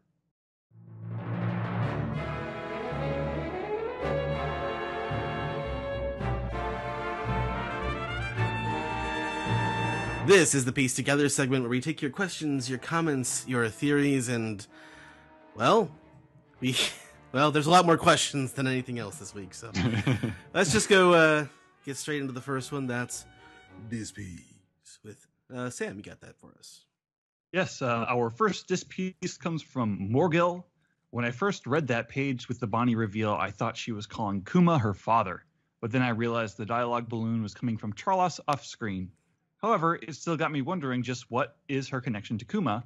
While the old queen was just a disguise, I wonder if she actually was from that Sorbet kingdom. Also, reading the author comments, I'm surprised there's a Japanese version of The Bachelor and that Oda's actually watching it. Well, we established last week with Ready Player One that Oda's tastes in entertainment are a little bit basic. So there's a Japanese version of The Bachelor, I guess. Yeah. It's not Terrace House. So It runs on Amazon Video, I guess. Yeah, Oda has already mentioned watching Terrace House in the past, I'm sure. Yeah. Remember that. But he says, I'm enjoying that The Bachelor Japan season 2 has started. I want a rose from Oyaizu. I'm not sure what that Who's the Bachelor? He's the man that all the girls want the rose from. Cool. Oh, Oda. Never change. Yeah, and we were discussing Kuma and Bonnie. I think if it were revealed that Bonnie was Kuma's mother, I think that I agree with Steven. That would be that'd be a real fun twist on the whole Bonnie mom stuff. Yeah, trolling Yeah, the English fans. Of it being the daughter. So there's the other possibility I would say is like a reasonable thing to suggest would be that Bonnie is actually as old as she appears, but that she is able, when she ages herself, she looks like, her grandmother, presumably, and that she's able to pass it. But I mean, that's the thing, is like anything that involves her not being the queen dowager in reality kind of requires a whole bunch of presumably requires a whole bunch of kind of Weekend at Bernie's style like shenanigans to explain why she's constantly leaving and going off. And Right. What's the next one? Our next disc piece comes from friend of the podcast, Joe. Do any of you have songs you associate with a specific character or moment in the series where the lyrics feel relevant to something in the series? I love listening to certain albums / playlists outside of music from the series to keep up the hype during series downtime. I always thought of I've never edited video or anything, but I always thought of an AMV of Ace and Luffy set to No Easy Way Out from the Rocky IV soundtrack. So I've thought of that a lot, but that's the one for me. Yeah, at any given time, I have like 3 or 4, like 80% done AMVs that I don't want to like spoil the songs on yet. But yeah, I definitely have songs that I associate with the series, and then I usually try to make videos out of them, and sometimes they get finished. When I was in college, I made a couple AMVs, one of which I never finished. It was to What's Left of the Flag by Flogging Molly. And I boarded it out too. Like one day maybe I'll actually finish it because I thought it was actually a pretty good idea. But I did one for the Alabasta and Skypiea arcs for Queen's Seven Seas of Rye. So whenever I hear that song, I always think of I either think of Baroque Works or the Four Priests. Cool. Yeah, the one I'm most likely to finish soon is it's a Whole Cake Island one, but I don't want to give the song away yet. But I'm really happy with the song choice. I'm actually really surprised that I don't see very many anime music videos now that we have really great editing software that you can get readily available. YouTube's algorithm is bad. Actually, that was one of the things I enjoyed about Anime Expo last year, is that there was a One Piece AMV showcase. Wow. That I went to, and that was actually really good. Did they show Captain Hampton by Aquabats? Because that's I think so. my favorite. Yeah, I think they also showed one of the Owned Piece compilations as well. Oh, nice. Yeah. Usually when you look up AMVs, it's like somebody took some song, like the newest episode came out and they just like squashed it into a song length with like 0 editing and yeah. Yeah. Anyway, what's the next disc piece, Sam? The next disc piece comes from Straw Hat Pirate 9. That was my least favorite cliffhanger ever. The Celestial Dragons minus Mio's Guard continue to be the worst. The Empty Throne, they're so full of garbage. This emu, I thought maybe could be Luffy's mom, but nope. I take that back. Hate her, him, whatever the hell emu is. I fear for my fave girl, Vivi. Yes, the other photos were slashed to pieces, but the fact that Vivi's wasn't and she held it at the end makes me think she's the one she wants killed. No, Sabo and the others need to start kicking old Five Elders' ass now. Hashtag keep Vivi safe. Hashtag down with Umi or Emu. Probably. Cool. Do hashtags work in Discord? I don't know. I don't use Discord. The spirit of the hashtag still works. Okay, that's fine. Our next disc piece comes from Arcanic615. Disc piece, I'm so glad Burgerham Lincoln is the chairman. May he bring a great reverie to us all, filled with conspiracy, war, mayhem, and chaos. Also, so if they swear allegiance to the Empty Throne, are they really unknowingly swearing allegiance to Emu? I think that's up to them. Think they'll all find out about him after... do you think they'll all find out about him in this arc? That's... I'm Yeah. gonna say no. That's I'm gonna say too no. mystery to solve within one arc. Yeah. We might find out, but Yeah, I hope we do. that's a different thing. Yeah. Right. Okay. Is that it for this piece, Sam? Yes, that is it. Okay. Alex, you have some emails for us. I do. Some emails. That's bad. All right. You have Martin. you have peer-to-peer file sharing software? Oh man. Yeah, I remember now. Okay, so Martin says, I noticed that I have seen Emu's eyes somewhere else before. If I recall, Zanisha and Mihawk have eyes like that. Maybe those are the eyes of beings who have lived before the Void Century. Those are generally like the weird, serious, foreboding eyes that Oda tends to give his characters when they're in like dire straits. Like Nami has had those eyes in the Arlong arc before. I thought my first thought when I saw them was, combined with the little like bit of light you see reflecting off of the bridge of the nose, it just kind of made me think of like, old Miss All Sunday, like, old Robin type of look. But there's So no he looks like that. He looks like that blue jelly guy from Bubble Bo. Oh yeah, oh God. Tenosuke, I think his name. Tokoro Ten, yeah. Yeah. Like the jelly stuff. Yeah, Tokoro Teno. Yeah, I think they call him Jelly Jiggler in the Right. American. Yeah, that's it. But what's that noise that Emu is making? What's that? What is that? Was that supposed to be like a growling? No. or- That's just like the the trailer sound. Okay, gotcha. From the It's Doom. warbling. I saw someone mention once. It's not just like also who has these kind of eyes is Hakuba, Cavendish's alter ego. No. Hakuba doesn't have pupils though. Yeah, when it's like his face but split in two. His eyes are like crazy and swirly, I think. I thought they were just blank. I think it depends on like when you. All right. Well, new at any new rate, theory. anyone who Hakuba's has emo. eyes that have like concentric circles with more than one they're clearly creepy and alien, and they're probably up to no good, and they're definitely witches. We should burn them. Right. Indeed. All right. This is from Cody. Quick thought and a question. I'm ascribing to the theory that Emu is a woman, just so it's technically correct when they say there is no one king of the world. And Stephen, this is a question for you. Has this recent run of chapters been among the hardest for which you have had to bite your tongue? I can only imagine the thoughts running through your head while everyone discussed the Empty Throne when you knew this was coming. If this isn't, what run of chapters since you became the official translator has caused the most difficulty in staying silent?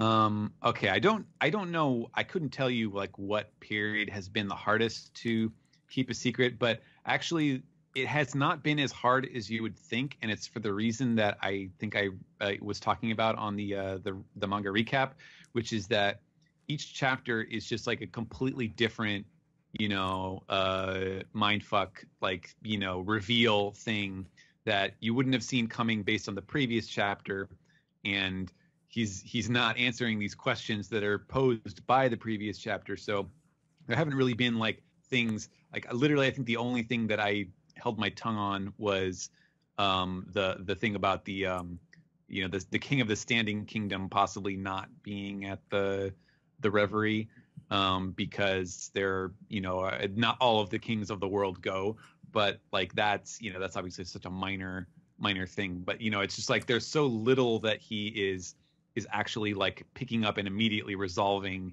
in the next chapter that I don't have any like information hanging over the discussion that I'm like, oh, I can't give away the game on this because it's all still so mysterious. So I mean, that said, the cliffhanger of this chapter feels like a pretty direct response to the questions being raised about the empty throne last week, or at least it's a sign that there's more to it than what we saw last week, I guess.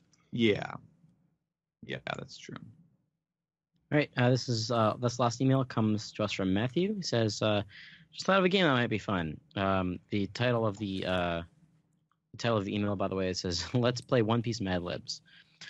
Here's a fun game. Go to the One Piece wiki and pull up a random page, aka choose Explore at the top of a page and then click on a random page. Do this until you get 2 different character pages.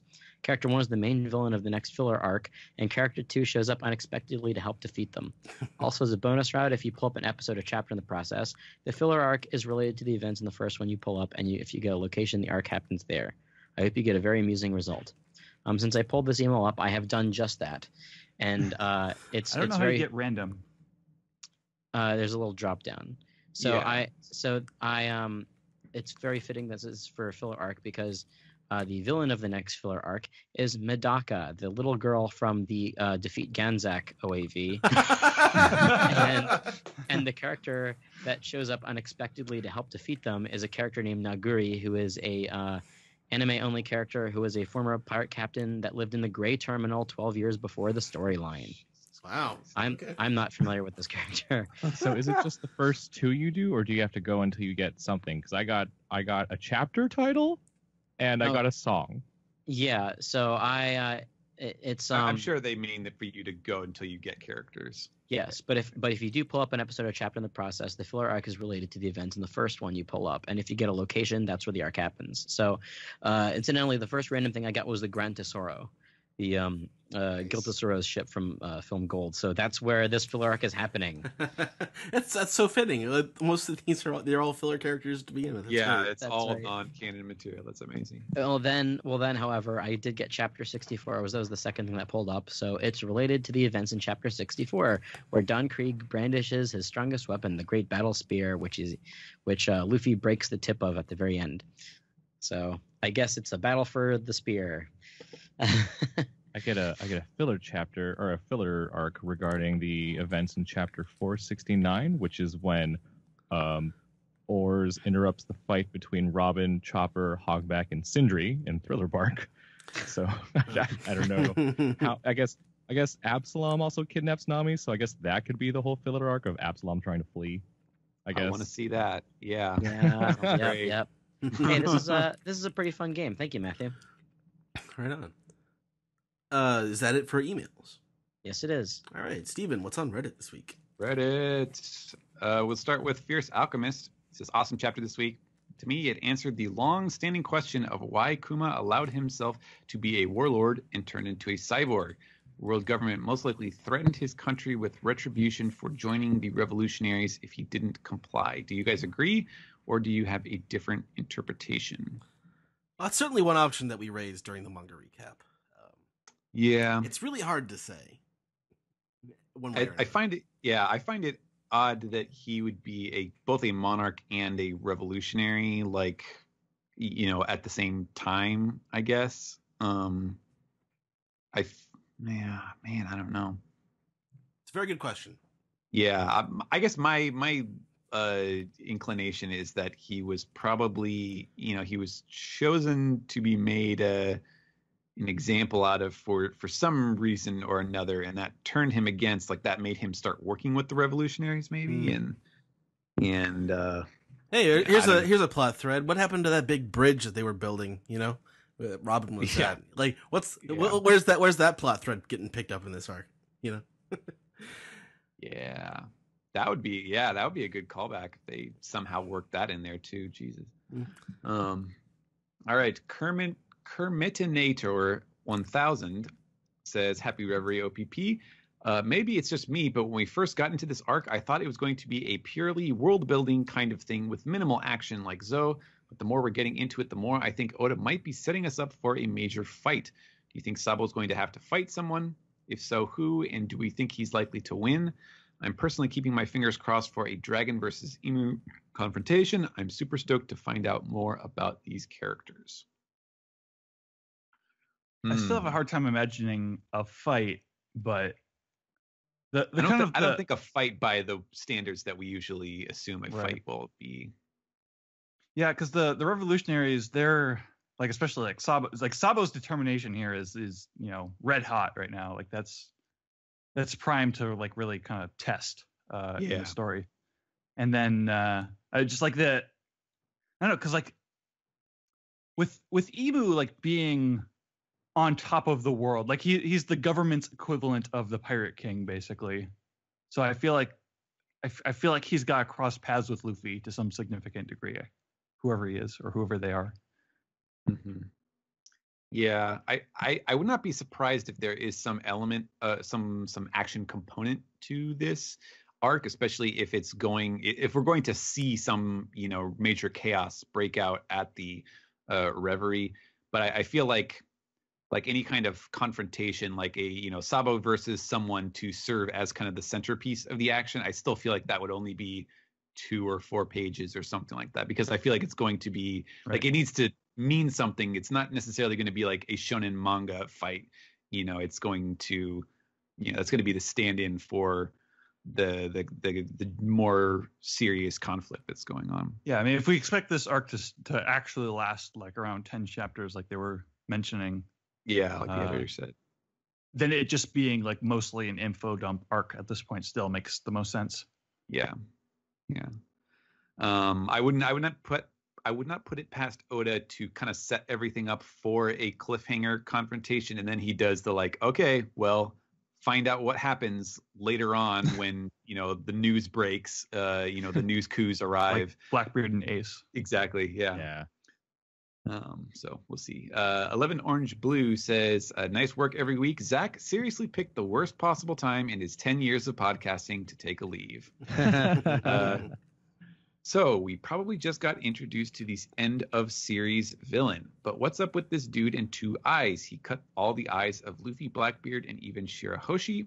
Is he secretly Zoro and is angry for people having 2 eyes, or was it all about the eyebrows and he is from the mythical family of eyebrows Vinsmoke? Does he have I will die if I see 2 eyebrows disease, or did Stelly just break the record by achieving his goal in 1 chapter out of 900?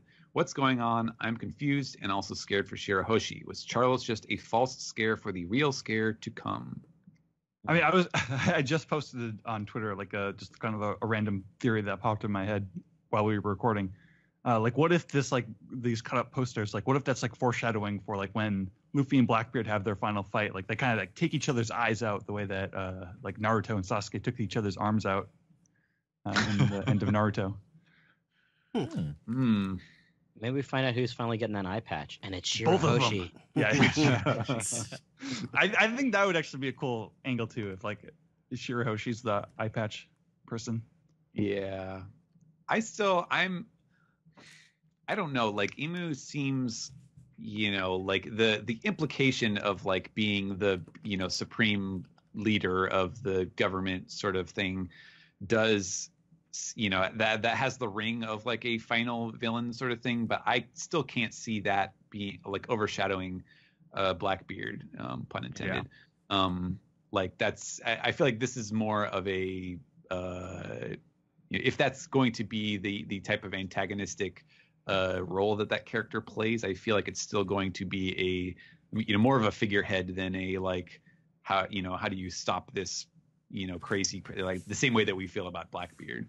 Well, I think that's kind of but I do think that is kind of the role that this character is meant to play. Like he feels like the kind of character that lots of different people could kind of come together to overthrow, and like because I expect like that we're going to see like some serious like government reform. Like we're eventually going to see like Smoker and Kobe and like the good Marines are in charge by the end of the series, and so before that can happen, a guy like this has to go down. So Yeah. I don't know. Like I still think that Emu's a precog. Like if you want to use a Minority Report term, like I still think that these, the five Elder Stars are kind of in charge, but they defer to this seemingly higher power. Now, who Emu is, I think, has a lot to do with something we didn't talk about really this chapter, the Void Century. Like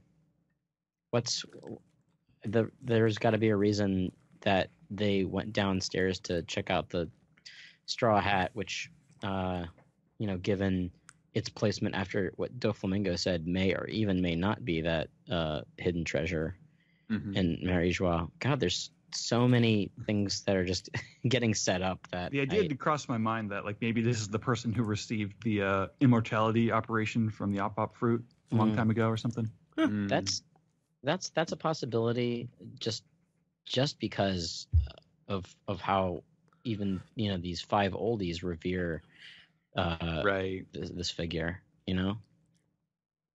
Yeah, like for it to be like someone who's of normal age would that would suggest some kind of weird, like, I don't know, hereditary position, like, some other kind of organizational background that would explain that. But if it's just like someone who's ancient as hell and has been like some kind of shadowy overseer of stuff, that that would be a simpler, I think, cleaner explanation maybe. But I don't know.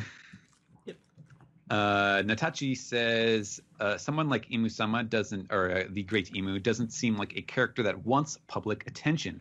Do you think Dragon has a suspicion that the five elders are also under the servitude of someone greater in power, someone who is creating all of the chaos in the One Piece world? I believe that is why Kuma is still there working as a slave for the Celestial Dragons, so that one day he can uncover the identity of said higher power. That would also be a great way to unravel the entire world by exposing the government's greatest secret. What are your thoughts on it? We've speculated recently about Dragon's level of knowledge about the world, but I don't even know if this is something that the Celestial Dragons even know about. Like these elders seem to be selected for something, although they don't seem to age at all. So what's up with that?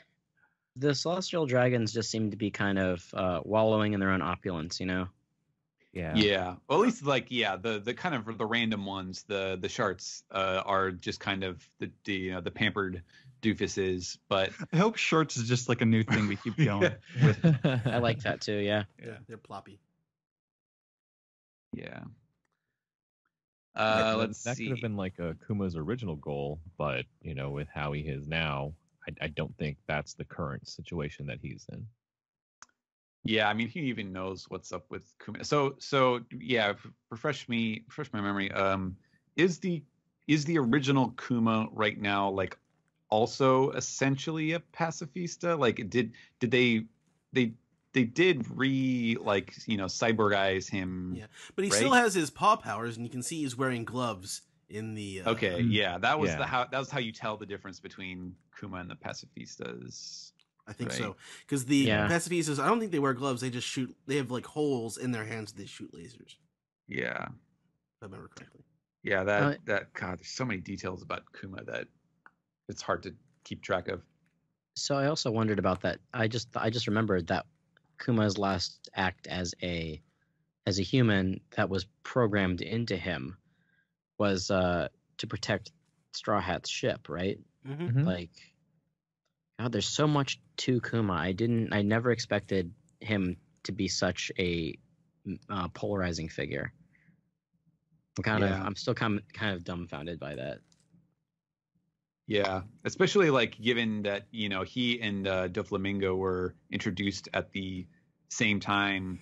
In kind of our original look at Mary Joa and the five elders, and like everybody was kind of all about Doflamingo, like, oh man, this guy has these manipulation powers, and like for as complex as he turned out to be, like the idea that Kuma would be even potentially more kind of sorted in terms of like how all his entire backstory fits together is kind of wild.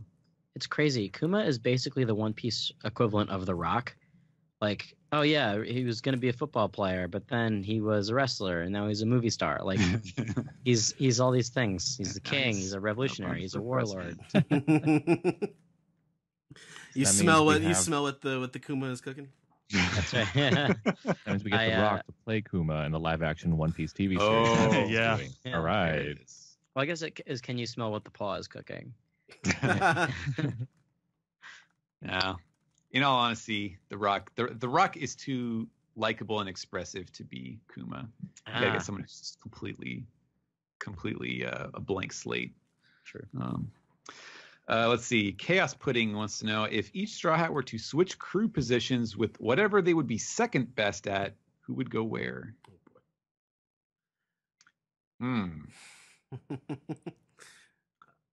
Wow. I feel like Nami would be like most of the positions second best. Yeah. She was kind of keeping everyone together before they got a lot of their special members. Right. I don't know. Nami and Robin would just switch jobs, I think, because they're the only ones who are smart enough to do it. Yeah, probably. Yeah. Usopp and Frankie could switch, probably. Usopp would definitely switch for Frankie, and I'm not sure if Frankie would be. Well, I mean, he does have Projectiles. robotic abilities. He could probably zoom in with his robot eyes or whatever. Nobody else could be the captain, though. Or the cook. No. There's an entire arc devoted to that. It's true. Yeah. That's definitely true. Yeah. All right. Arcanau says, as much as I'm enjoying this arc and all the world building it provides, at the same time, I can't help but feel a little uneasy about the events in the last few chapters. This really feels like Oda is putting the gears in full motion, which opens up the possibility of the end game coming sooner than expected. Up until this chapter, it felt like the world of One Piece would expand forever, but now it feels like we're seeing the final, or at least one of the final villains in the series, a leader of the Five Elders and the Celestial Dragons. I'm not sure how I feel about these major characters, speaking specifically of Emu and Rocks, getting introduced so late in the series, but without any prior hint or mention of them. How do you feel about it? I mean, what reason would there have been to show them? Like, Luffy wasn't anywhere close enough to having the level of power to even concern these people before. But now that he is, now they do. So, I mean, I guess you could argue for showing that more earlier so we could see that coming. But these are things that are so shrouded in mystery, even in the world of One Piece, that as we maybe the Celestial Dragons don't even know about the Great Emu. You know? It could be hidden from even the highest echelons of the world. So I think it makes sense to keep it hidden until now.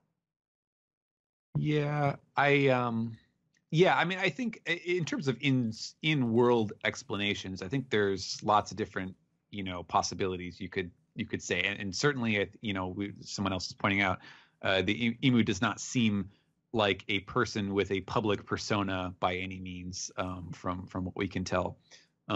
So, if it is some kind of soothsayer, some kind of oracle-like role, then it would stand to reason that they wouldn't be, this highly celebrated, king figure. But I do understand and sympathize with this view, because part of me does kind of feel the same way. And I think some of it has to do with the fact that Oda is generally so good at working in, like, that he will tease things with like one-time mentions. It's kind of similar to what George R.R. Martin does with a lot of his story details, is that he will drop like very vague hints about something that kind of suggest a future character or some development, and then we'll just leave it, and then later on there's a little more information is revealed that kind of carves out that character or that story beat, and then you finally kind of come to confront it directly, and it takes center stage. And he's generally really good at like just throwing out these names of things that you don't know what they are, but that they give the world definition, like the scope of the world definition, like the seven warlords. They're like you don't even know. I don't think he doesn't even tell you that Mihawk is a warlord first, right? Or does he? He was pretty, doing pretty Johnny. much immediately. Okay, they do. Yeah. Okay, all right.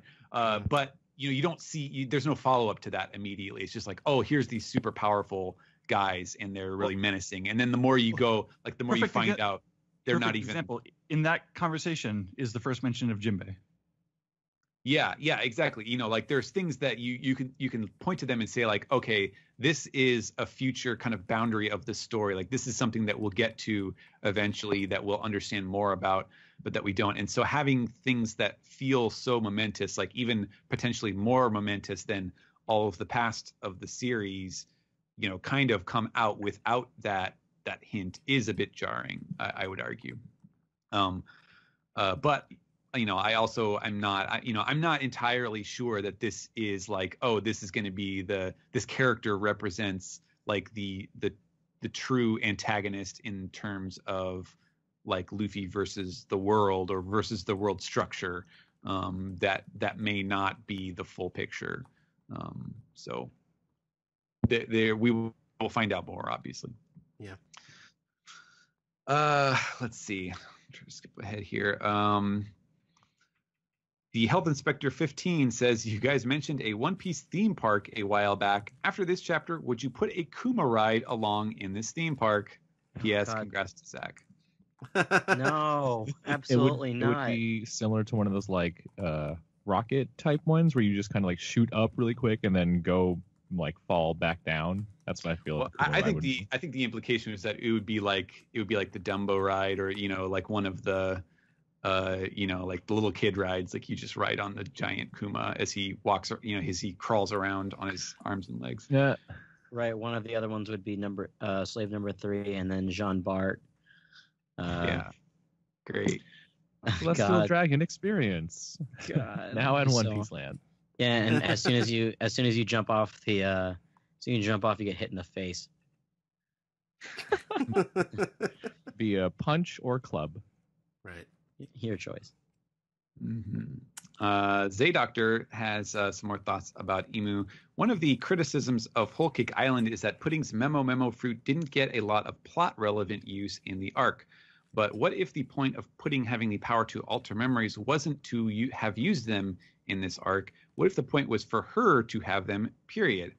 This chapter had talk of removing someone from history. What if Oda considered people might think of that happening in some sugary fashion, and headed off speculation that Emu might actually be able to remove someone from history by altering the world's memories to forget all about the person, by giving another character the power to do so? If someone other than Emu has that power, then they can't possibly have it from the same source. That still lends itself to Emu possibly being able to full-on remove a person from existence versus remove any recollection of them, sugar style. But we at least know one way they won't do it now. Yeah, I guess that's a side effect of having introduced those powers already and kind of gotten them out of the way. But the implication was very much like, oh, the 5 elders are like, tell us, have us do your bidding, like have us marshal the forces of the government against such and such the light of history, or whoever needs to be snuffed out. Let's see. Optifier wants to know, what's going to be Emu's character gag? 100% he doesn't actually wear a crown, and that's just part of his head. Well, we already have Strawberry. That's kind of the gag for Strawberry. What if it's like? What if it is Strawberry?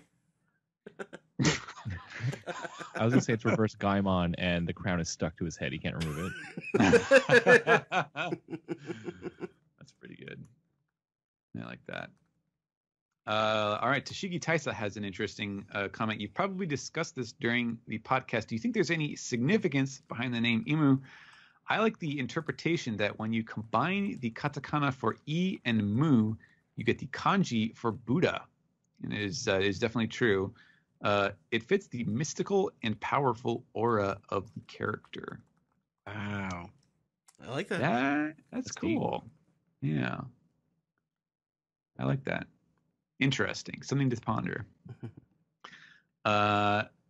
Juft says, I was looking for things the four people Emu was stabbing/deliberating over have in common. I came up with one idea that would explain Emu's worries, but of all people, Luffy seems like an odd man out. Basically, I think this ties back to the ancient weapons. Shirahoshi is Neptune, and Pluton is implied to be in the sands of Alabasta. Blackbeard, for his part, has a hobby of studying history, and I don't think it would be hard to believe that he has some kind of knowledge about or connection to one of the ancient weapons. Only problem I see is that Luffy's weapon connection is through other people like Robin. He has no direct significance to them that I can think of. Maybe it's a moot point, and Emu's just looking around at figures who pose some kind of nebulous danger to the world government. I'd like to believe there is something greater at play here. I mean, my immediate thought with Luffy and Blackbeard is, the Will of D, or Right. The man Roger's waiting for kind of stuff. Right. Yeah. But the Shirahoshi angle is definitely not that necessarily. Right. And we did see Emu, having Straw Hat Luffy's wanted poster and looking at that giant straw hat from a chapter ago. Yeah. Yeah, she is large. Right. Yeah. Let's see. Okay, I'll take a couple more since there's still plenty of questions. I do want to clear this up. Sengoku the Gouda says, do the raws indicate what words are bolded, or is it a style thing you or the editor decide on? In 907, when the Merlin dude is talking to Stelly, he says there is no one king of this world, and king is bolded. If the raw reflects that emphasis on the word king, I believe it may add credence to the idea that Emu is a woman, as she would be a queen, and thus Merlin would not exactly be lying. So the word O, which is king, is not gender specific. Typically in Japanese, they would refer to a queen as a jo'o, which would mean woman king. But the term itself, like, you could refer in a general, like, mixed group, I would imagine, to like just saying, oh, Tachi, as like the monarchs. I think I used that term in plural form in the last chapter or two, simply because they're obviously queens. They're female rulers among the reverie, clearly. So it's not as specific. It is not the same thing as, like, what's the word in the line from Lord of the Rings where what's her name is like, no man can strike, like she beats the Nazgul King guy. How's that scene go? It goes, I am no man. That scene. Right. No man can defeat me. And yeah, I am no man. Right. Yeah, come Like at Wonder me, Woman in bro. No Man's I am Land. no bro. Yeah, exactly. It does not work quite as cleanly as that. So no, I don't think that's the implication. As far as which words get bolded, a lot of times because the style, like our style that we kind of follow for One Piece as it was kind of originally established way back in the day, is that we don't use quotes for random phrases and important things. We only use quotes as like actual, quotation marks for actual quotes in dialogue. So whenever there's like we're talking about the Grand Line, or we're talking about the Kingdom of Wano, or it's something where the information is being presented to the reader, that's when we'll use bold italic to indicate that, or to emphasize that. But I think in that case, that was probably just me using it for sentence emphasis, for dialogue emphasis. And that was probably more in the sense of like, yeah, there's no king of the world. There's just the kings, of the world government. So it was more about singular than man or versus woman. Mm. Let's see. Vince Smoke Vivi says, I know he's gone, but congrats to Zach on the wedding. Have a fun vacation / honeymoon. Now I have a question for Steven. People are referring to Emu as he or him, but I noticed you didn't use any gender pronouns in this chapter. Is it still possible that Emu is a woman, or is it strictly a man's name? I only asked because Emu's profile in the last panel reminded me of Robin a bit, and I really want those old geezers to be kneeling before a badass queen. Yeah, so I did kind of touch on that. I just wanted to, include that because it proved me right about it looking like Robin. Yeah, it's definitely not. It is not confirmed at all, and so I think you can tell from the pattern of the people asking questions that there's no consensus on whether it is a man or a woman. Right, and I think I was referring to Emu as a woman occasionally because of the tradition of the oracle and soothsayers tend to be women in these kinds of stories. But that could be just my own bias. Mm-hmm. Was that the last one for Reddit? Let me see. I'm just trying to pick out one more. Okay. Okay, here we go. It's the end of an era. Heodor12 says, "Hey OPP, I have a theory that Emu may actually be and or related to Jewelry Bonnie." Oh wait, we can't do that anymore. All right. Finally retire that. Yeah. Yeah, I was talking to Greg about this, and he was very stoked that this basically single-handedly shattered, like every Bonnie theory. I think is super funny. People will move on to it. They'll find another hobby horse. Yeah. Life finds a way.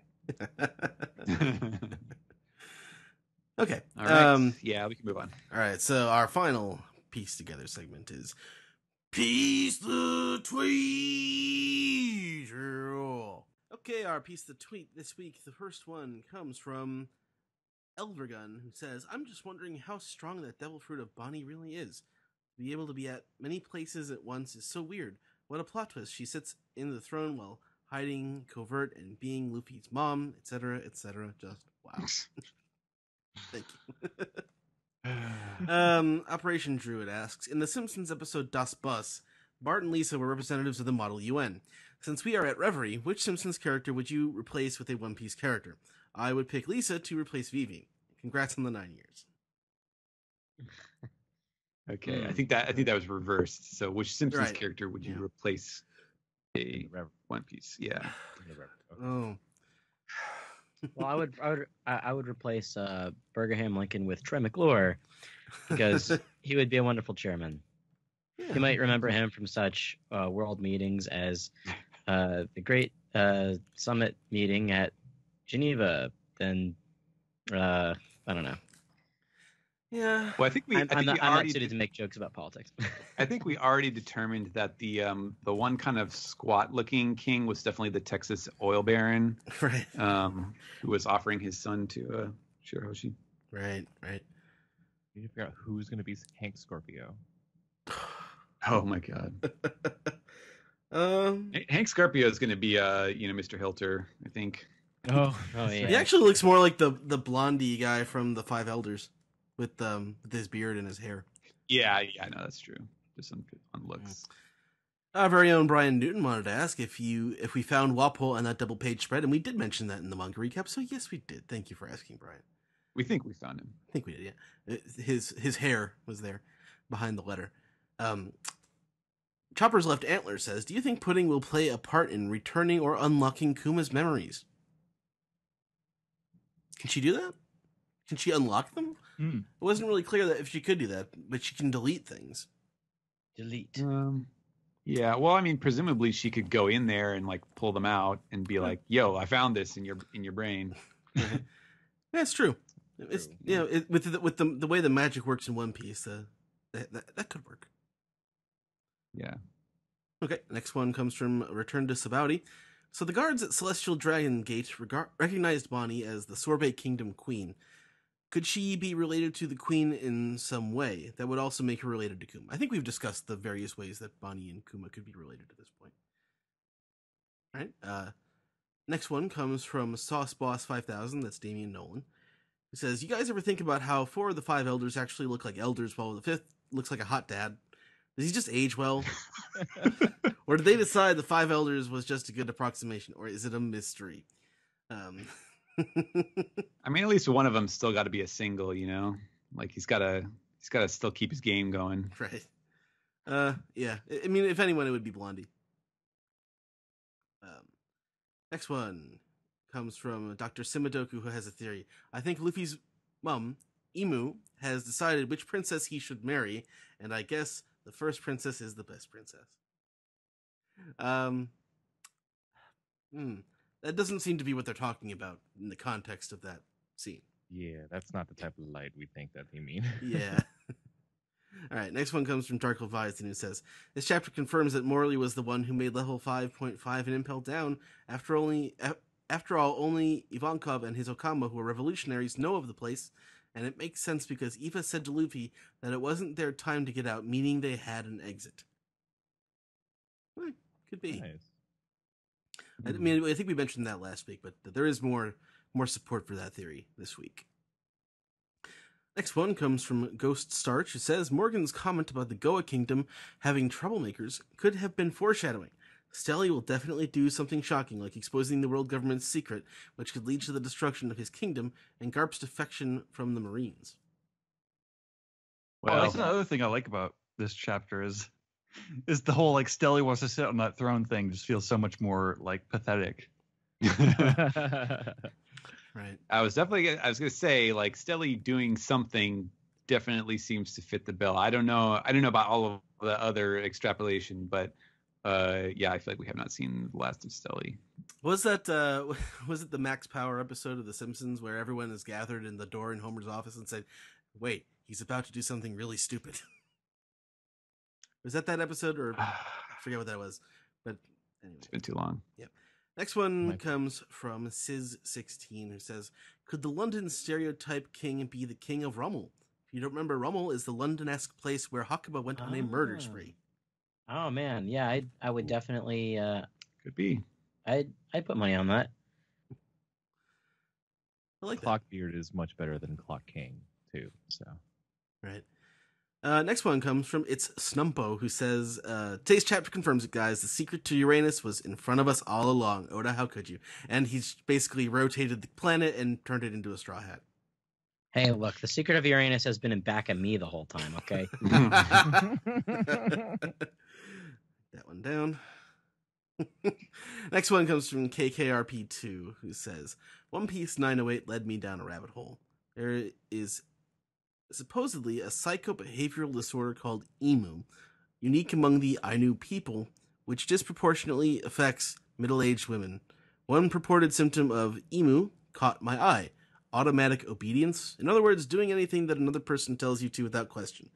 Do you think this may be a hint at Emu's nature and abilities, or simply an apt name to highlight the power over other people they would wield as head of the world government? Okay, I haven't actually verified that any of that is true. You just read what they put in front of you. Yeah, there is here a 1935 article by a Y. Uchimura from the Lancet Medical Journal.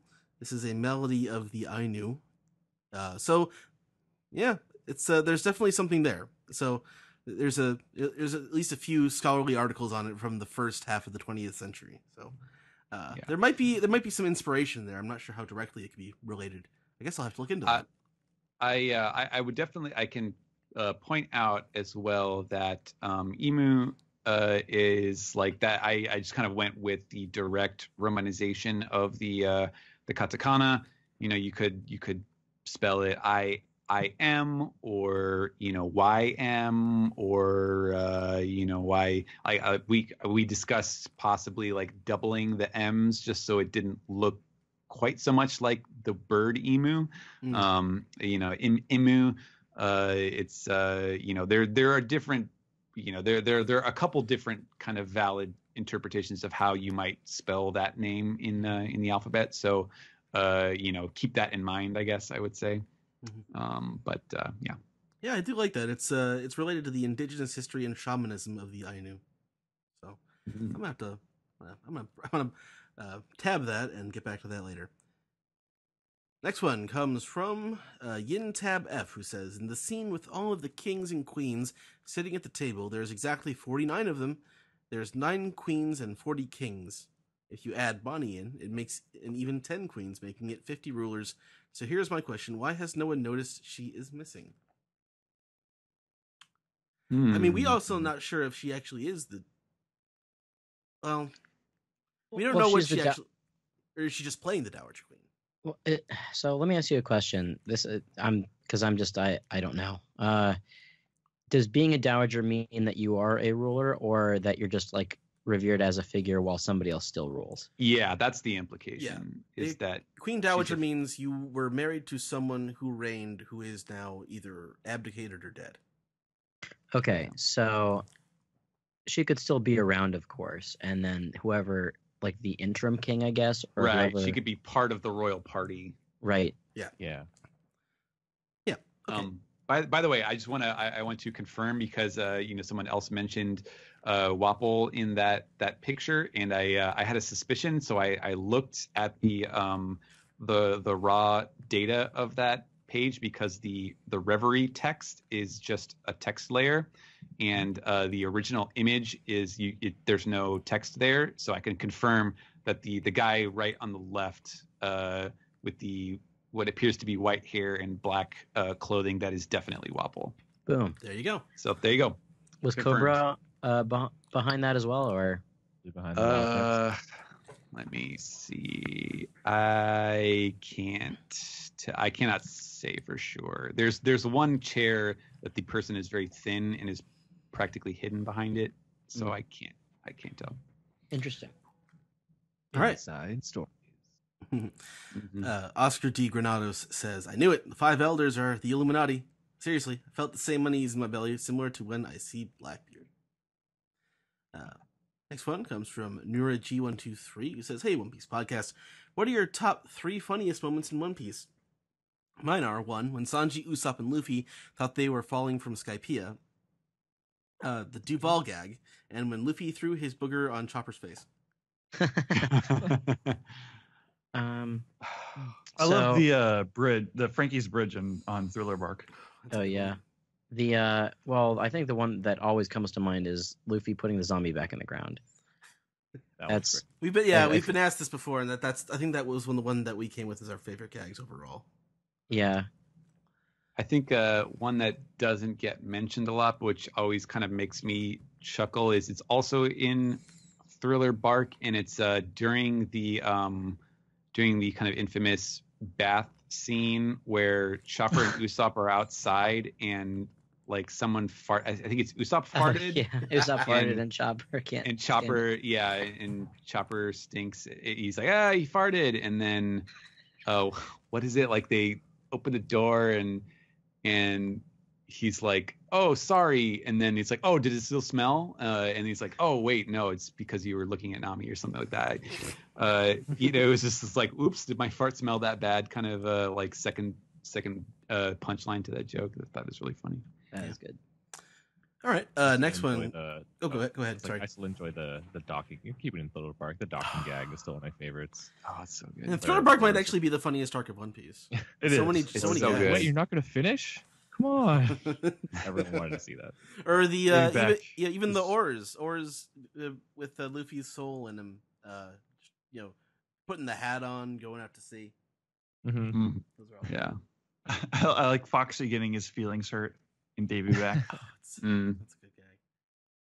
All right, next one comes from Geeky Griffin, who says, I should have said something last week, but in front of the throne, I've only seen 19 weapons when it said they were placed by the original 20. Maybe a mistake, but maybe not. Is that the Nefeltari, maybe? Yeah, I was gonna If say anything, that's what it would be, I think. Okay, Yeah. and anyone else? No, that. just Makes the most sense to me. Okay. And the last one comes from Stacy Chen, who says, Kuma's reveal in this chapter had my eyes watering. Does it mean he's no longer a warlord? Could Moria be in the same predicament as Kuma, or worse, Moria is being experimented on? Well, he is introduced as Warlord of the Sea, and then former revolutionary officer and former king of Sorbet. So I would assume if he was no longer a warlord, it would have said there. Right. But I do think that the idea that Moria is being experimented on in a similar way makes the most sense of anything for him. Mm-hmm. Anyone have any other theories about Moria? Nope. Okay. Yeah, Becomes always him again. Pacifista Part 2. I tend not to think a lot about Moria. All right. Well, that's the end of the piece together, everybody. Why don't we round off the show? Let's do it.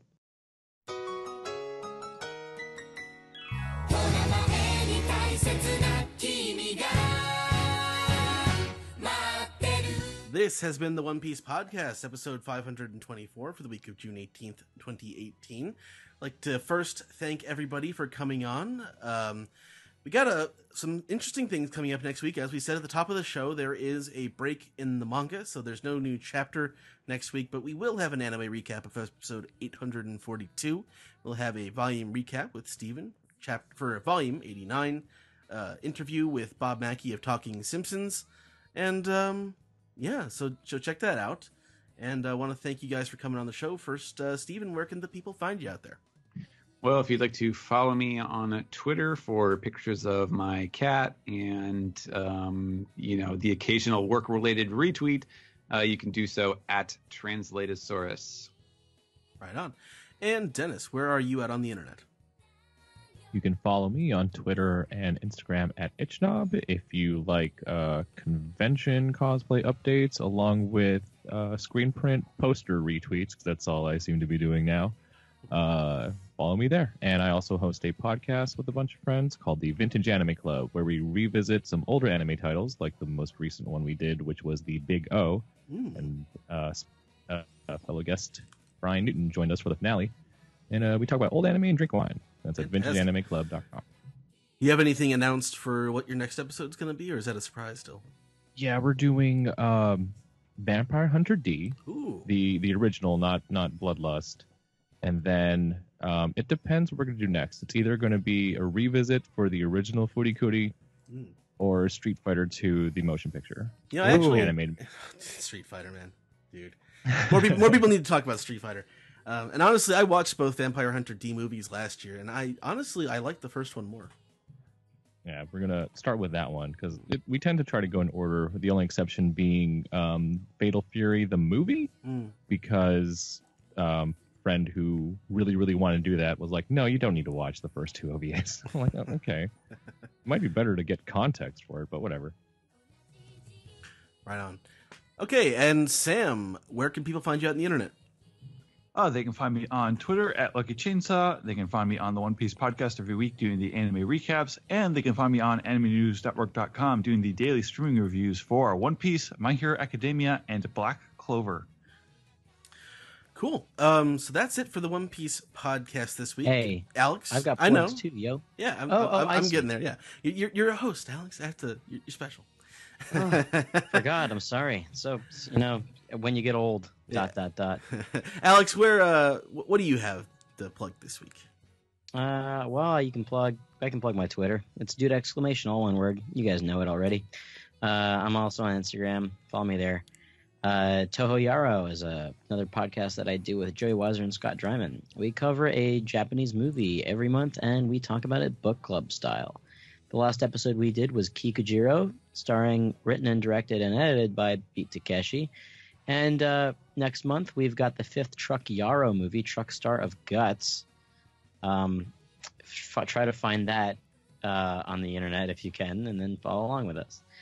You can also listen to me and Ed on an episode of Conversation Genesis Evangelion, the Cartoons 101 podcast's Patreon podcast, where at Mr. Matt J on Twitter goes through every episode of Evangelion with cool friends like me and Ed. And you can also find me on Weeb Simpsons. I've been outed by Crunchyroll, so I might as well just own up to it. Yes, I am Weeb Simpsons on Twitter, so follow that account. Right on. The podcast, I am Edward E. One Piece on Twitter, and the podcast is at OnePiecePodcast.com, Twitter.com, YouTube.com, and Facebook.com/OnePiecePodcast. OnePiecePodcast at gmail.com is our email address. One Piece Podcast is our Skype name. You can support us, patreon.com/OnePiecePodcast. Leave us some piece together at our subreddit, r/OnePiecePodcast. Subscribe on SoundCloud, subscribe on Google Play, subscribe, rate, and review on Apple Podcasts, or call us on our phone number. That's 347-497-MAJI. Aji. It's 347-497-6254. Call anytime. Your questions, with your questions, your comments, your theories, and if you smell what the paw is cooking, you should tell us.